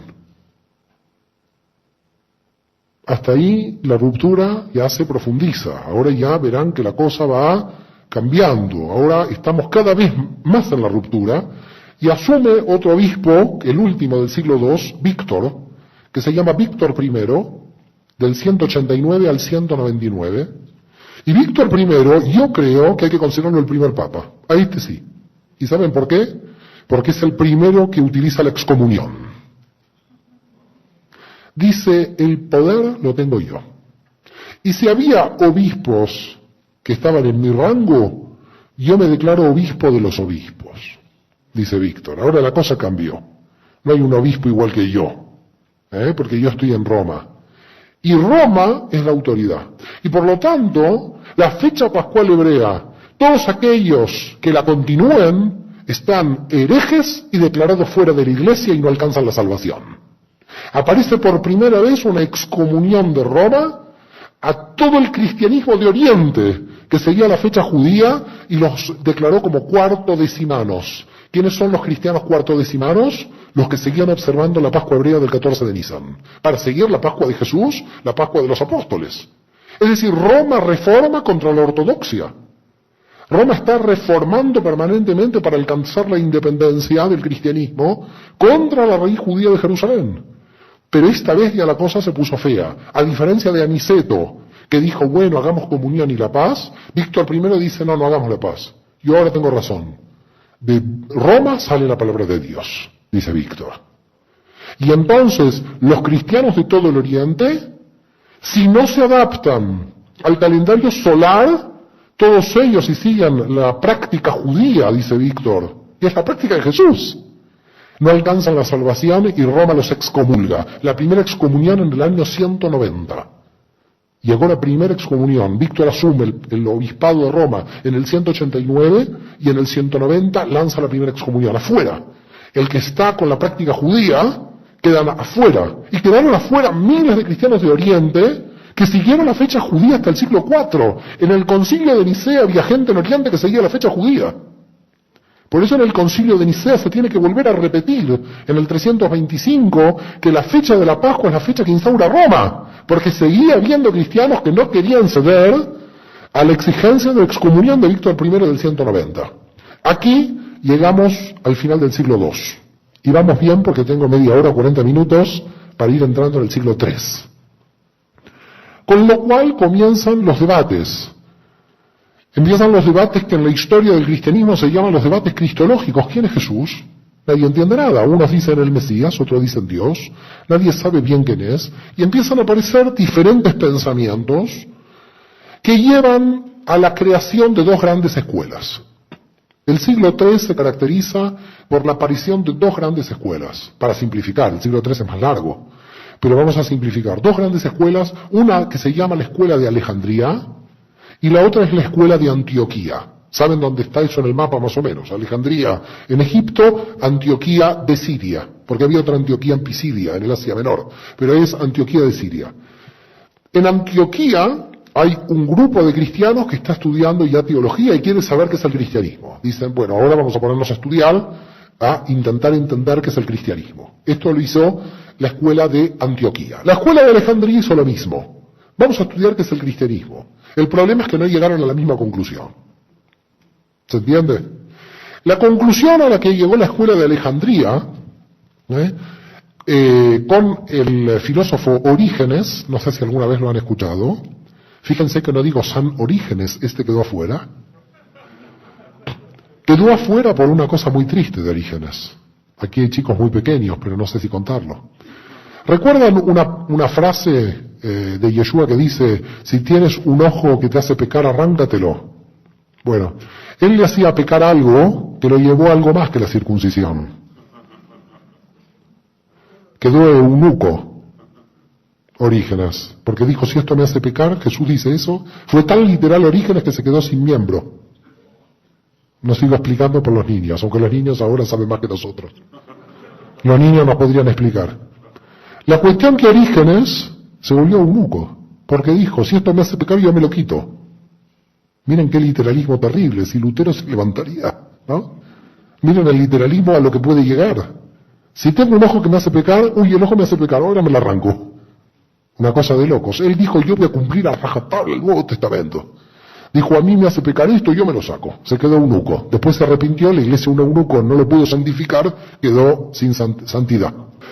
La cuestión entonces es que hay dos escuelas, Antioquía y Alejandría, donde en Antioquía dijeron, ahí estuvo en Antioquía Pablo de Samosata, y que no es San, es otro que se perdió la santidad, y Pablo de Samosata, no confundir con San Pablo, ya pasaron 200 años, Pablo de Samosata dice, Jesús es el Mesías, pero no es Dios. ¿Y por qué dice esto la escuela de Antioquía? Lo dice por dos textos, dice Pablo de Samosata. Pablo de Samosata dice, por Mateo 27:46, que dice, Dios mío, ¿por qué me has abandonado? Pablo de Samosata dice, si él era Dios, estaba hablando a sí mismo. Y no puede ser que enloqueció hablándose a sí mismo. Quiere decir, dice Pablo de Samosata, que no podemos considerar a Jesús Dios porque él, en la cruz, le está hablando a Dios. Si no, esto es un monólogo, habla con él. Entonces dice Pablo de Samosata, esto a mí me dice, esta prueba bíblica, de que yo puedo considerar a Jesús el Mesías, pero no puedo considerar que es Dios. Y la segunda prueba que trae Pablo de Samosata, trae muchas, yo traigo 2 o 3 para que no se duerman. La segunda dice, es Marcos 10:18. Cuando le dicen, Rabí bueno, no, yo no soy bueno, solo Dios. ¿Recuerdan esa frase? Qué fuerte, ¿eh? A mí me dices bueno, Dios, solo Dios, no yo. Bueno, estas son las fuentes, las bases para que Pablo de Samosata diga en la escuela antioquía del siglo III, el cristianismo define a Jesús como el Mesías, pero nunca con Dios. Porque eso es idolatría y está además contra el Nuevo Testamento. Está contra con las propias palabras de Jesús. Si no, nos vamos contra las palabras de Jesús. Esta es la línea de Antioquía.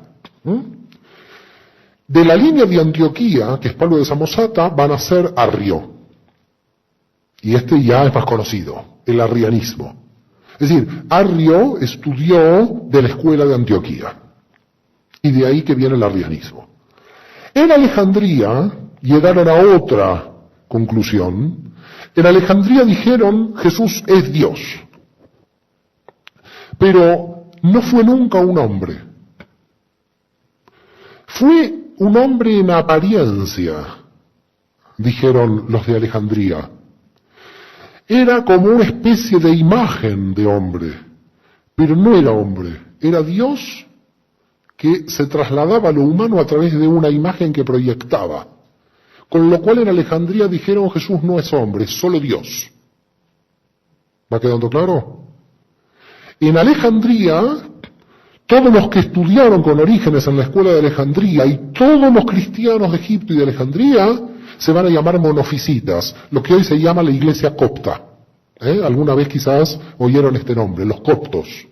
Los coptos son 8 millones de cristianos que están en Egipto, Sudán, están perseguidos ahora, pero están en Egipto, Sudán y Etiopía, 8 millones de cristianos, que dicen Jesús fue una imagen de Dios, Dios mismo, solo Dios, porque siguieron la línea de Orígenes. Jesús no fue ni un ser humano. Hay que olvidarse de que fue un ser humano, dicen los coptos. Los coptos hoy dicen esto. Es decir, lo que estoy explicando lo dicen los coptos, 8 millones de personas que viven ahí, descendientes de aquellos que estudiaron con la escuela de Alejandría. Y claro, entonces empezaron los de Antioquía a decir, ¿cómo van a decir esto? Jesús es hombre. Los de Alejandría, Jesús es Dios, Jesús es hombre, Jesús es Dios. Roma, que dijo, es hombre y Dios al mismo tiempo. Porque tenía un problema que no lo podía resolver. Si tenía los de Alejandría, que decían que solo era Dios, tenían los de Antioquía, que decían que solo era hombre, ¿qué era Jesús? ¿Era hombre o era Dios? Es Dios y hombre al mismo tiempo, la doble naturaleza. La doble naturaleza nace porque hay dos escuelas que no llegan a ningún acuerdo.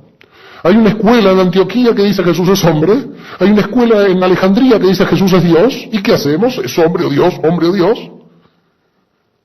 Y se empezaron a matar entre ellos, se empezó a perder el amor al prójimo y todo lo que nosotros sabemos, porque la cosa es, ¿tú qué crees? ¿Que Jesús es hombre? No, que Jesús es Dios, venga a tirarle piedra. ¿Yo qué crees? El otro y el otro, y todo el mundo confuso. ¿Qué es el cristianismo? Era la pregunta.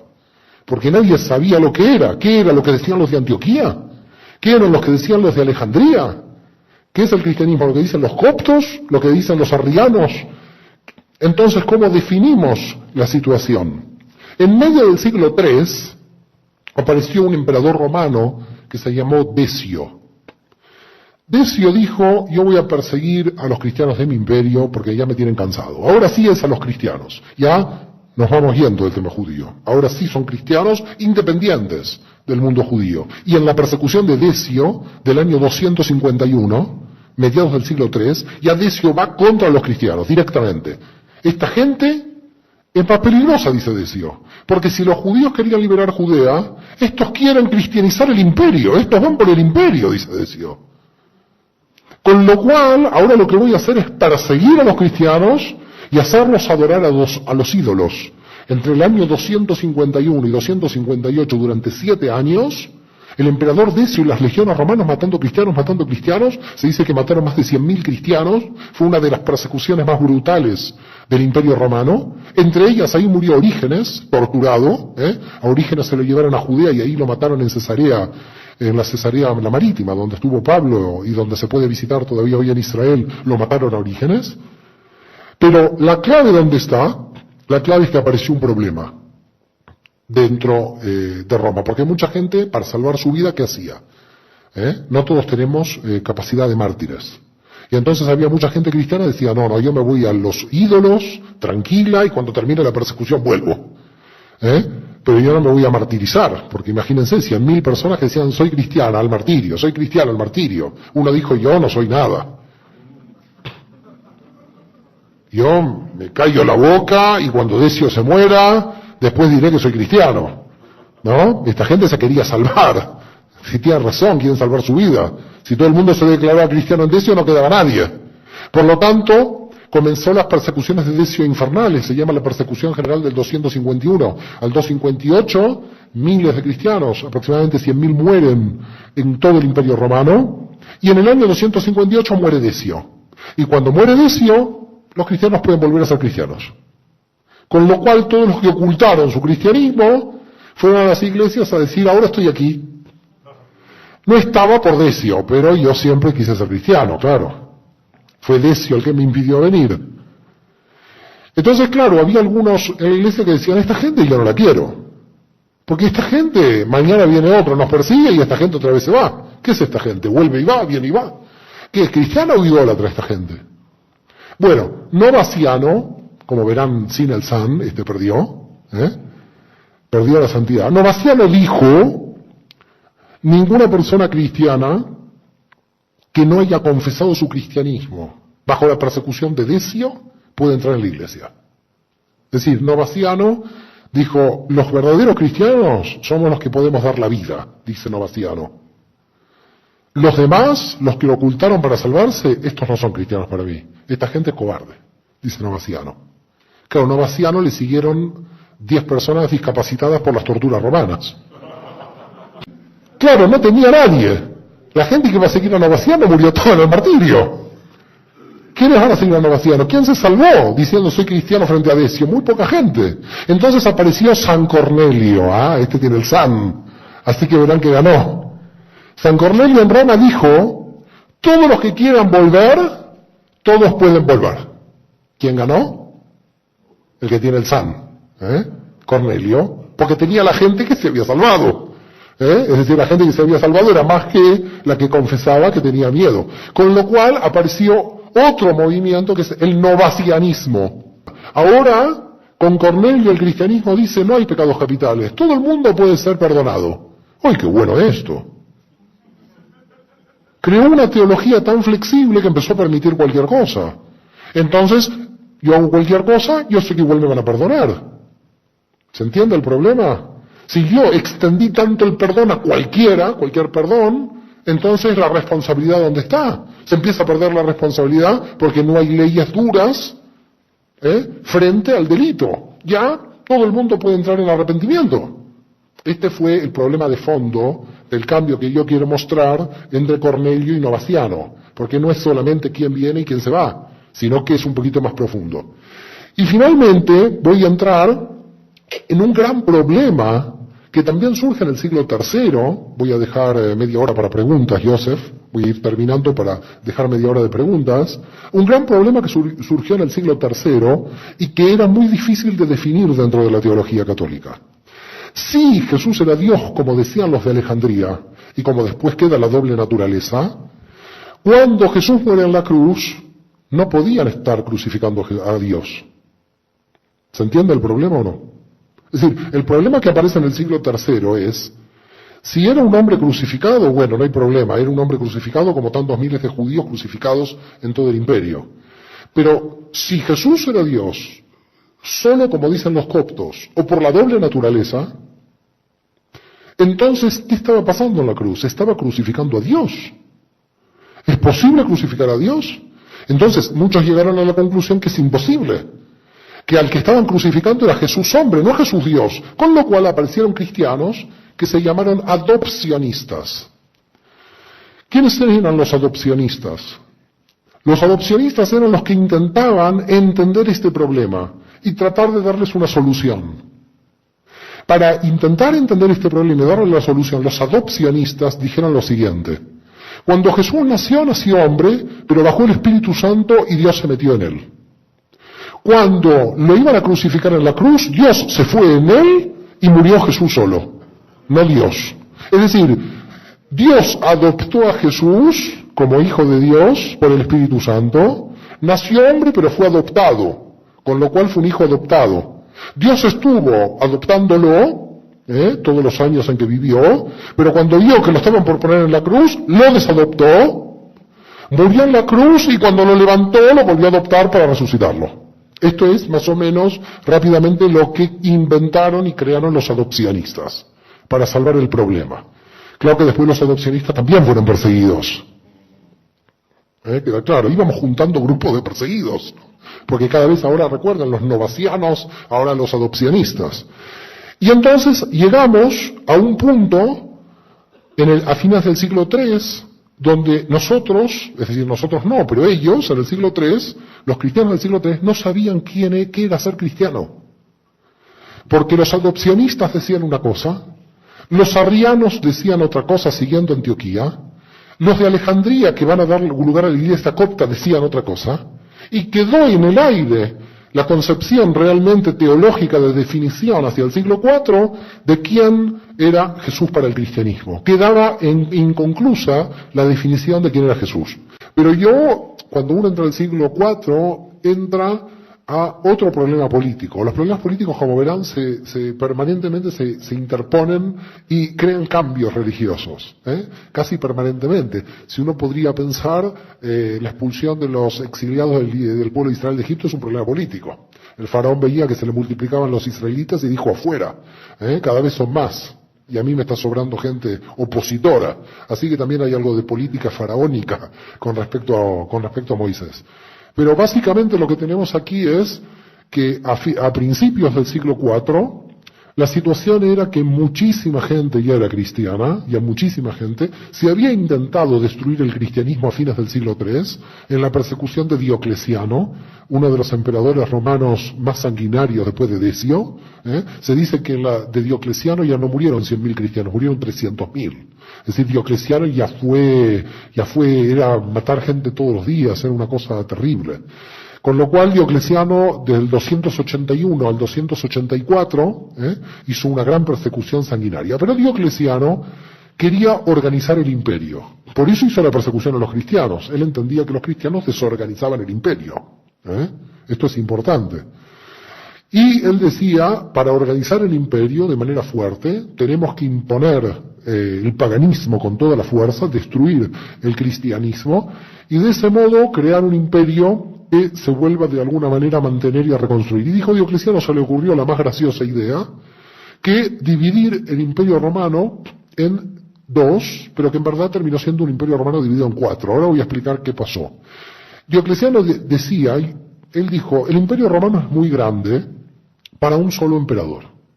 Es decir, un emperador para controlar ya una extensión tan grande, con tanta gente, ya se le estaba volviendo un gobierno imposible. A Diocleciano dijo, lo más lógico sería dividir el imperio romano en dos partes, Oriente y Occidente. Todavía no es la división del 395, no es la división de Teodosio el Grande del siglo IV.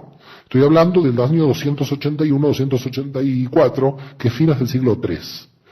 Y entonces Diocleciano dijo, voy a poner un emperador en Oriente, otro emperador en Occidente, pero no voy a poner uno en cada lado, voy a poner dos en cada lado.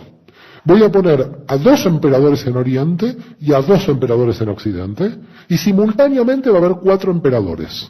Esto se llamó la tetrarquía, los 4 emperadores.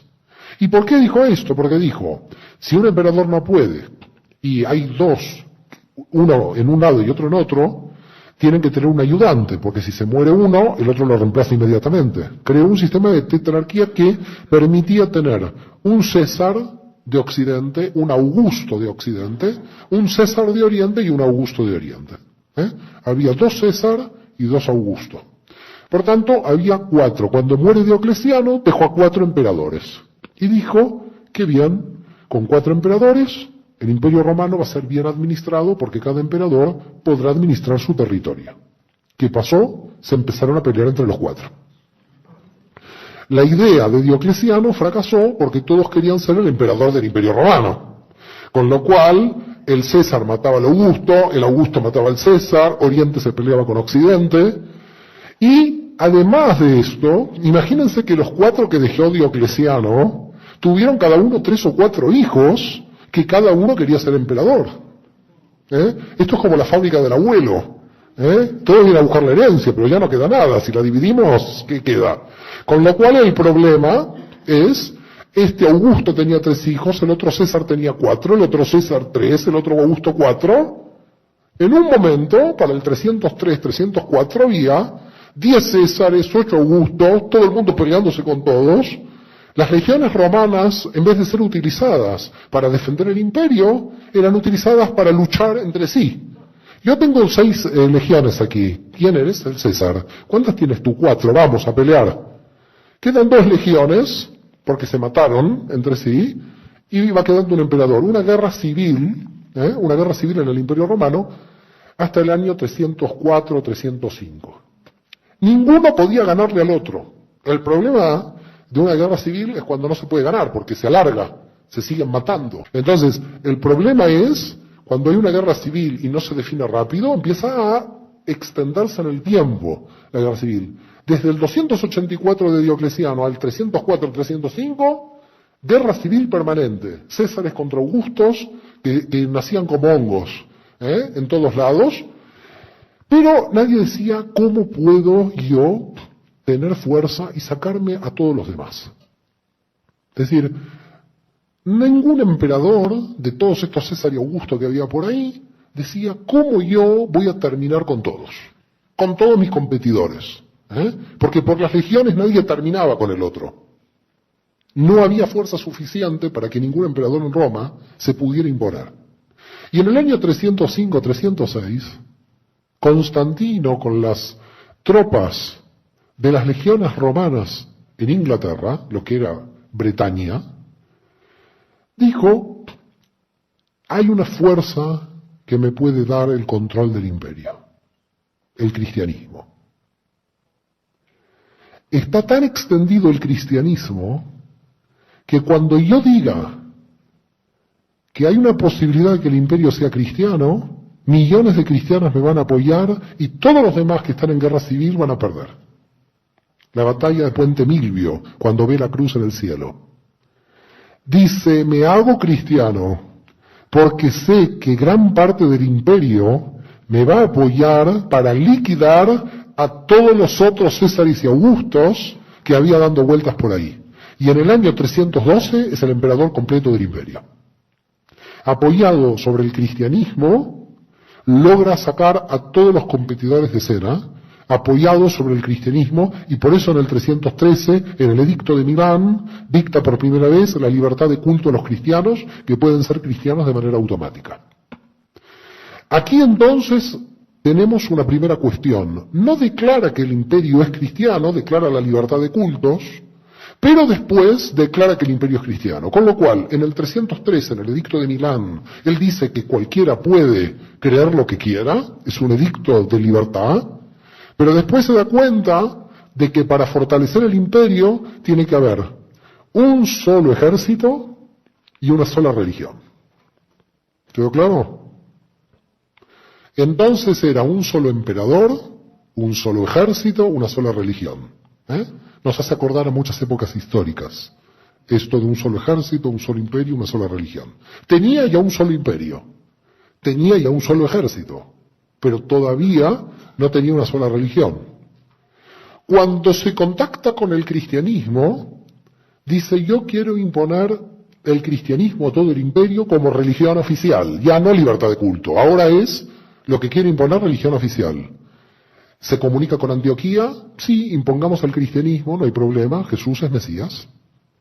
¿Se comunica con Alejandría? Sí, impongamos el cristianismo, Jesús es Dios. Se empieza a contactar con toda la gente y empieza a confundirse este hombre. Dice, lo que dicen los cristianos están todos peleados. Cada uno está diciendo otra cosa y por lo tanto no tengo idea qué es el cristianismo. Yo creía que el cristianismo era una religión única y cada vez que me contacto con otro obispo, el obispo me dice que Jesús es otra cosa. Por lo tanto tengo que convocar a un concilio general de la Iglesia en Nicea en el año 324. Y en ese concilio general, que todos juntos discutan y debaten hasta saber quién es Jesús y qué es el cristianismo, porque había una gran confusión. En principio, Constantino decide poner en Ancira la sede de este concilio. No sé si conocen Ancira, pero Ancira era lo que se llamaba antiguamente la ciudad de Ankara, la actual capital de Turquía. Entonces él decide, Constantino, que es en Ancira donde tiene que ser este concilio general. Los obispos de todo el imperio se quejan y dicen, no queremos ir a Ancira. No queremos ir a Ancira porque hay mucha montaña, el clima es muy feo y queremos estar cerca del mar. Entonces dice, bueno, vamos a Nicea. Lo traslada a Nicea. Ya había pretensión, Ya la gente no quería ir a Ancira. Le dicen al emperador, yo quiero ir a otro lado. Y entonces en Nicea, en el año 324, comienza el debate. ¿Qué es el debate? ¿Qué es el cristianismo? Gente dice Jesús es el Mesías, pero no es Dios, los arrianos. Gente dice Jesús es Dios, se empiezan a pelear. Hay 300 obispos de todo el Imperio Romano, de los cuales 298 son de Oriente y 2 de Occidente. Eso para demostrarles que en Occidente cómo estaba el cristianismo, casi no había.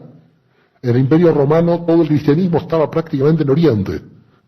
Esto es muy importante destacar. Las grandes comunidades cristianas eran Antioquía, eran Damasco, era Éfeso, era Atenas, no era Lyon o París. Estas comunidades cristianas eran muy pequeñas, menores. En Occidente el cristianismo en el siglo IV era muy débil. Y por lo tanto comienza el debate. Cuestión que debate, pasan 2 meses y Constantino dice, ¿y cuál es la resolución? Ninguna, queremos seguir debatiendo, porque no nos queda claro quién es Jesús y qué pasa aquí. ¿No les queda claro?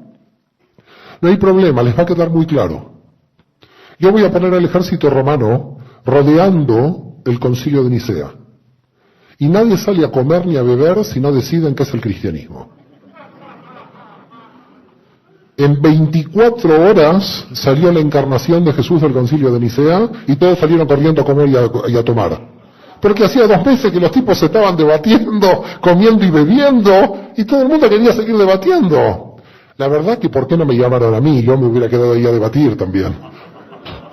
Estaba financiado por el Imperio Romano, tranquilo, debatiendo quién es Jesús, quién no es. El tipo se cansó, Constantino dijo, a ver, decídanse al final, 2 meses aquí, financiado por el Estado romano, ya se terminó, 300 personas ahí hablando. El ejército intervino para definir el dogma del Concilio de Nicea 325, que llega a la conclusión, Jesús es Dios y hombre al mismo tiempo, la doble naturaleza. Año 325. Estamos lejos todavía del concepto de Trinidad. Ese concepto de doble naturaleza lo trae San Atanasio. Es el hombre clave para tratar de encontrar la fórmula del concepto de doble naturaleza. ¿Quién pierde? Arrio. Por eso no es San Arrio, queda claro. Si ganaría Arrio, hoy sería San Arrio y Atanasio sería Atanasio solo, sin San. Que diría, entonces tenemos el San Atanasio que ganó la doble naturaleza, Jesús es Dios y hombre al mismo tiempo, gente que se quejaba, porque los arrianos decían Jesús es hombre, y los coptos decían Jesús es Dios. Así que, ¿a quién empiezan a perseguir? El Imperio Romano, que definió en el Concilio de Nicea que Jesús es hombre y Dios al mismo tiempo, a perseguir arrianos que dicen que Jesús es hombre y a perseguir coptos que dicen que Jesús es Dios. El Evangelio, el amor al prójimo, no anda nada por aquí. Hay que matar a todos los opositores. Pon la otra mejilla, la ponían, lo mataban, porque creía que Jesús es hombre. Pon la otra mejilla, este que dice Jesús es Dios, también lo mataban. Hay una represión de cristianos que hacía 20, 30 años estaban todos perseguidos, ahora se persiguen entre sí. Con la fuerza del poder del Imperio Romano, es decir, con la fuerza del ejército. Ahora es la fuerza del ejército. ¿No? Claro, a mí me dice Jesús es hombre y Dios al mismo tiempo, y yo digo, sí, ¿qué me importa? Ahí está el ejército romano. Pero había gente que decía, no, Jesús es hombre. Bueno, fuera. Los arrianos. ¿Qué hicieron entonces los arrianos? Hicieron otro concilio. Y en este concilio dijeron, Jesús es el Mesías, pero no es Dios. Entonces vinieron los que dijeron la encarnación, hicieron otro concilio, los arrianos otro, ellos otro. Desde el 325 al 381 hay 50 concilios. 25 a favor, 25 en contra, más o menos, en promedio. Los arrianos reuniéndose cada 2 años en otra ciudad, diciendo que Jesús es el Mesías, no Dios. Los que seguían a Atanasio, diciendo que Jesús es Dios y es hombre al mismo tiempo, en sus concilios. Hasta que llegó un momento que se volvieron a reunir en el 381, en el concilio de Constantinopla, en la ciudad de Constantinopla, actualmente le llamada la ciudad de Estambul, y en el concilio de Constantinopla dijeron, ahora viene otro debate, porque ya sabemos que Jesús es hombre y Dios al mismo tiempo, pero ¿qué hacemos con el Espíritu Santo? Que quedó dando vueltas por ahí. ¿El Espíritu Santo es Dios o no es Dios? Empezó el debate. Unos dijeron, el Espíritu Santo es Dios. Los que dijeron esto son los que habían dicho en el concilio de Nicea que Jesús era Dios, incorporando el Espíritu Santo en el 381. Pero ahí vino Macedonio, que no es San Macedonio porque perdió, y Macedonio dijo, el Espíritu Santo no es Dios. ¿Qué tiene que ver el Espíritu Santo? Es una extensión de Dios, pero no es Dios mismo. Entonces en el 381 se crea el concepto de Trinidad. Concepto que aparece en la historia teológica, si lo buscan en el Nuevo Testamento no lo van a encontrar, lo van a encontrar por la interpolación final de Mateo, en el nombre del Padre, Hijo y Espíritu Santo, pero si nosotros vamos a la palabra Trinidad en el primer teólogo cristiano, es Tertuliano, en el año 202. Es decir, el teólogo Tertuliano, que no es San Tertuliano, porque este también tenía algún problema, no quiero contar los problemas de todos, si no esto va a aparecer la revista Hola, pero que sepan que Tertuliano no es San Tertuliano, lo sepan, busquen en Google quién era Tertuliano, para que sepan quién es, pero Tertuliano es el primero que coge el concepto de Trinitas, la primera vez que se habla de Trinidad. Y en el año 381 dicen, apareció la Trinidad, votamos todos. Los que quedaron en contra se fueron, los macedonianos, los que seguían a Macedonio. Ahora había más gente que perseguir. Se perseguían los arrianos porque creían que Jesús es hombre. Se perseguían los monofisitas porque decían que Jesús es Dios. Y ahora se persiguen los macedonianos porque dicen que el Espíritu Santo no es Dios, porque se habían ido del concilio de Constantinopla. Y finalmente, en el año 395, toda la gente, Jesús es hombre, Jesús es Dios, Jesús tiene doble naturaleza, quién es, quién no es, vienen los bárbaros y destruyen todo el Imperio Romano. La gente se quedó discutiendo en vano porque los bárbaros conquistaron todo, eran todos idólatras. Todo empezó de cero. En el Imperio Bizantino, que es la parte de oriente del Imperio Romano que quedó, siguieron las discusiones adentro del Imperio Bizantino. ¿Quién es Jesús? ¿Quién no es Jesús? Ahora, si Jesús tiene doble naturaleza, es decir, si es Dios y hombre al mismo tiempo, ¿quién era María? Unos dijeron, si Jesús es Dios, María es la madre de Dios. Si Jesús es hombre, María es la madre del hombre. Unos dijeron, María es madre del hombre, ¿cómo va a ser madre de Dios? Con lo cual, vuelta a discutir qué hacemos con María, porque quedó en el aire. Y entonces empezó el debate hasta que llegó el concilio del año 431. En el año 431 se reúne el concilio de Éfeso. Y en el concilio de Éfeso comienzan a debatir quién es María. María es madre de Dios o madre de Jesús. Madre de Dios o madre de Jesús. Votan todos. Aparece en pantalla, no había pantalla. María es madre de Dios. Todos votaron, se fueron a la casa, todo tranquilo, no pasó nada. 15 días después, 20 días, llega un grupo de cristianos de Oriente, al mando de un obispo llamado Nestorio, y dice Nestorio, tac, tac, aquí estoy, ¿quién es usted? Nestorio, ¿de dónde viene? De la región norte de Babilonia, de Irak, ¿y qué quiere? Decir que María no es la madre de Dios, que María es la madre de Jesús, hombre. Y bueno, ya como votamos, ya se puede ir, digamos, ya María es la madre de Jesús, usted no cuenta porque aquí se cerró el concilio. ¿Cómo se cerró el concilio? Dijo, abren el concilio que votamos otra vez, dijo Nestorio. Y van a ver que si traigo a todos los que yo traje, María no va a ser la madre de Dios, va a ser la madre de Jesús. Voy a votar por la madre de Jesús, hombre, dijo Nestorio. No, esto terminó, le dicen. Olvídese, aquí se terminó todo. El concilio está cerrado. María es la madre de Dios. Yo digo que es la madre de Jesús, hombre. Y diga lo que quiera. Pero aquí el concilio lo cerramos. Con lo cual Nestorio se fue y fundó la iglesia nestoriana. La iglesia nestoriana, que es la iglesia cristiana hoy de Irak, perseguida, lamentablemente, por el Islam. La iglesia nestoriana es la iglesia de los cristianos que siguen a Nestorio, que creen en la Trinidad, pero no creen que María sea la madre de Dios, sino María, madre de Jesús. ¿Por qué? ¿Qué dice Nestorio? Si María es madre de Dios, los padres de María son los abuelos de Dios, los bisabuelos de Dios. Y entonces, ¿qué tenemos? Una locura. Tenemos una locura porque ahora van a perseguir a los nestorianos. Es decir, los macedonianos, los nestorianos, los arrianos, los adopcionistas, van a ser perseguidos por la unidad del dogma de la fe, gente que no pensaba en ese dogma de la fe, pero que ahora tiene que estar obligada a pensar con ese dogma de la fe. Final de todos estos problemas, y el último problema que voy a tratar, pero que no pasó en Oriente, este problema pasó en Occidente, fue con respecto a la teología de San Agustín. Y es el gran problema del pecado original. San Agustín se peleó con Pelagio, no es San Pelagio, si no hubiera ganado, con lo cual quiere decir que ganó Agustín, si no sería San Pelagio contra Agustín. San Agustín creó la idea del pecado original. No quiero ir a la teología, pero vamos a tratar de hacer la explicación histórica. Y la explicación histórica es cómo se sabía que alguien era cristiano.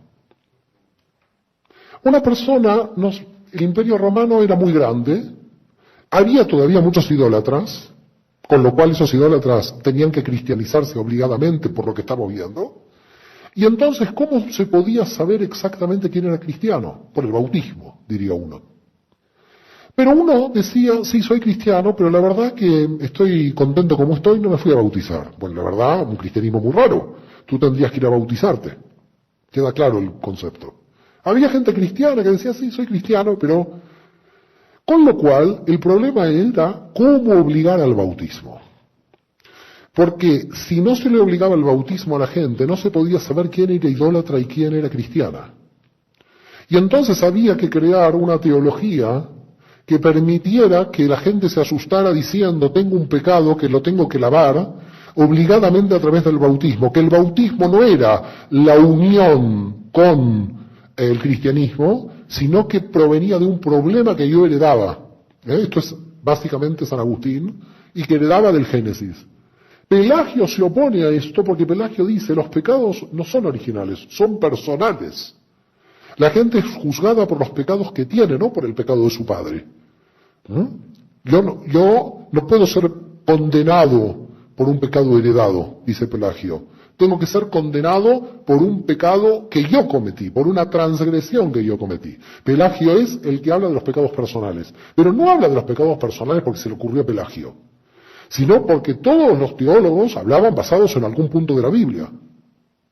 Y no voy a tocar el punto de la Biblia donde está basado Agustín, porque es la transgresión del paraíso, de Génesis, así que ya sabemos en dónde se basa la cuestión del pecado original en Agustín, pero sí voy a tocar la que muy poca gente sabe, en qué está basado Pelagio, para decir que los pecados son personales. En el capítulo 18 y 20 de Ezequiel, cuando dice, la justicia del justo sobre él, la impiedad del impío sobre él. El padre no hereda el pecado del hijo, el hijo le hereda el pecado del padre.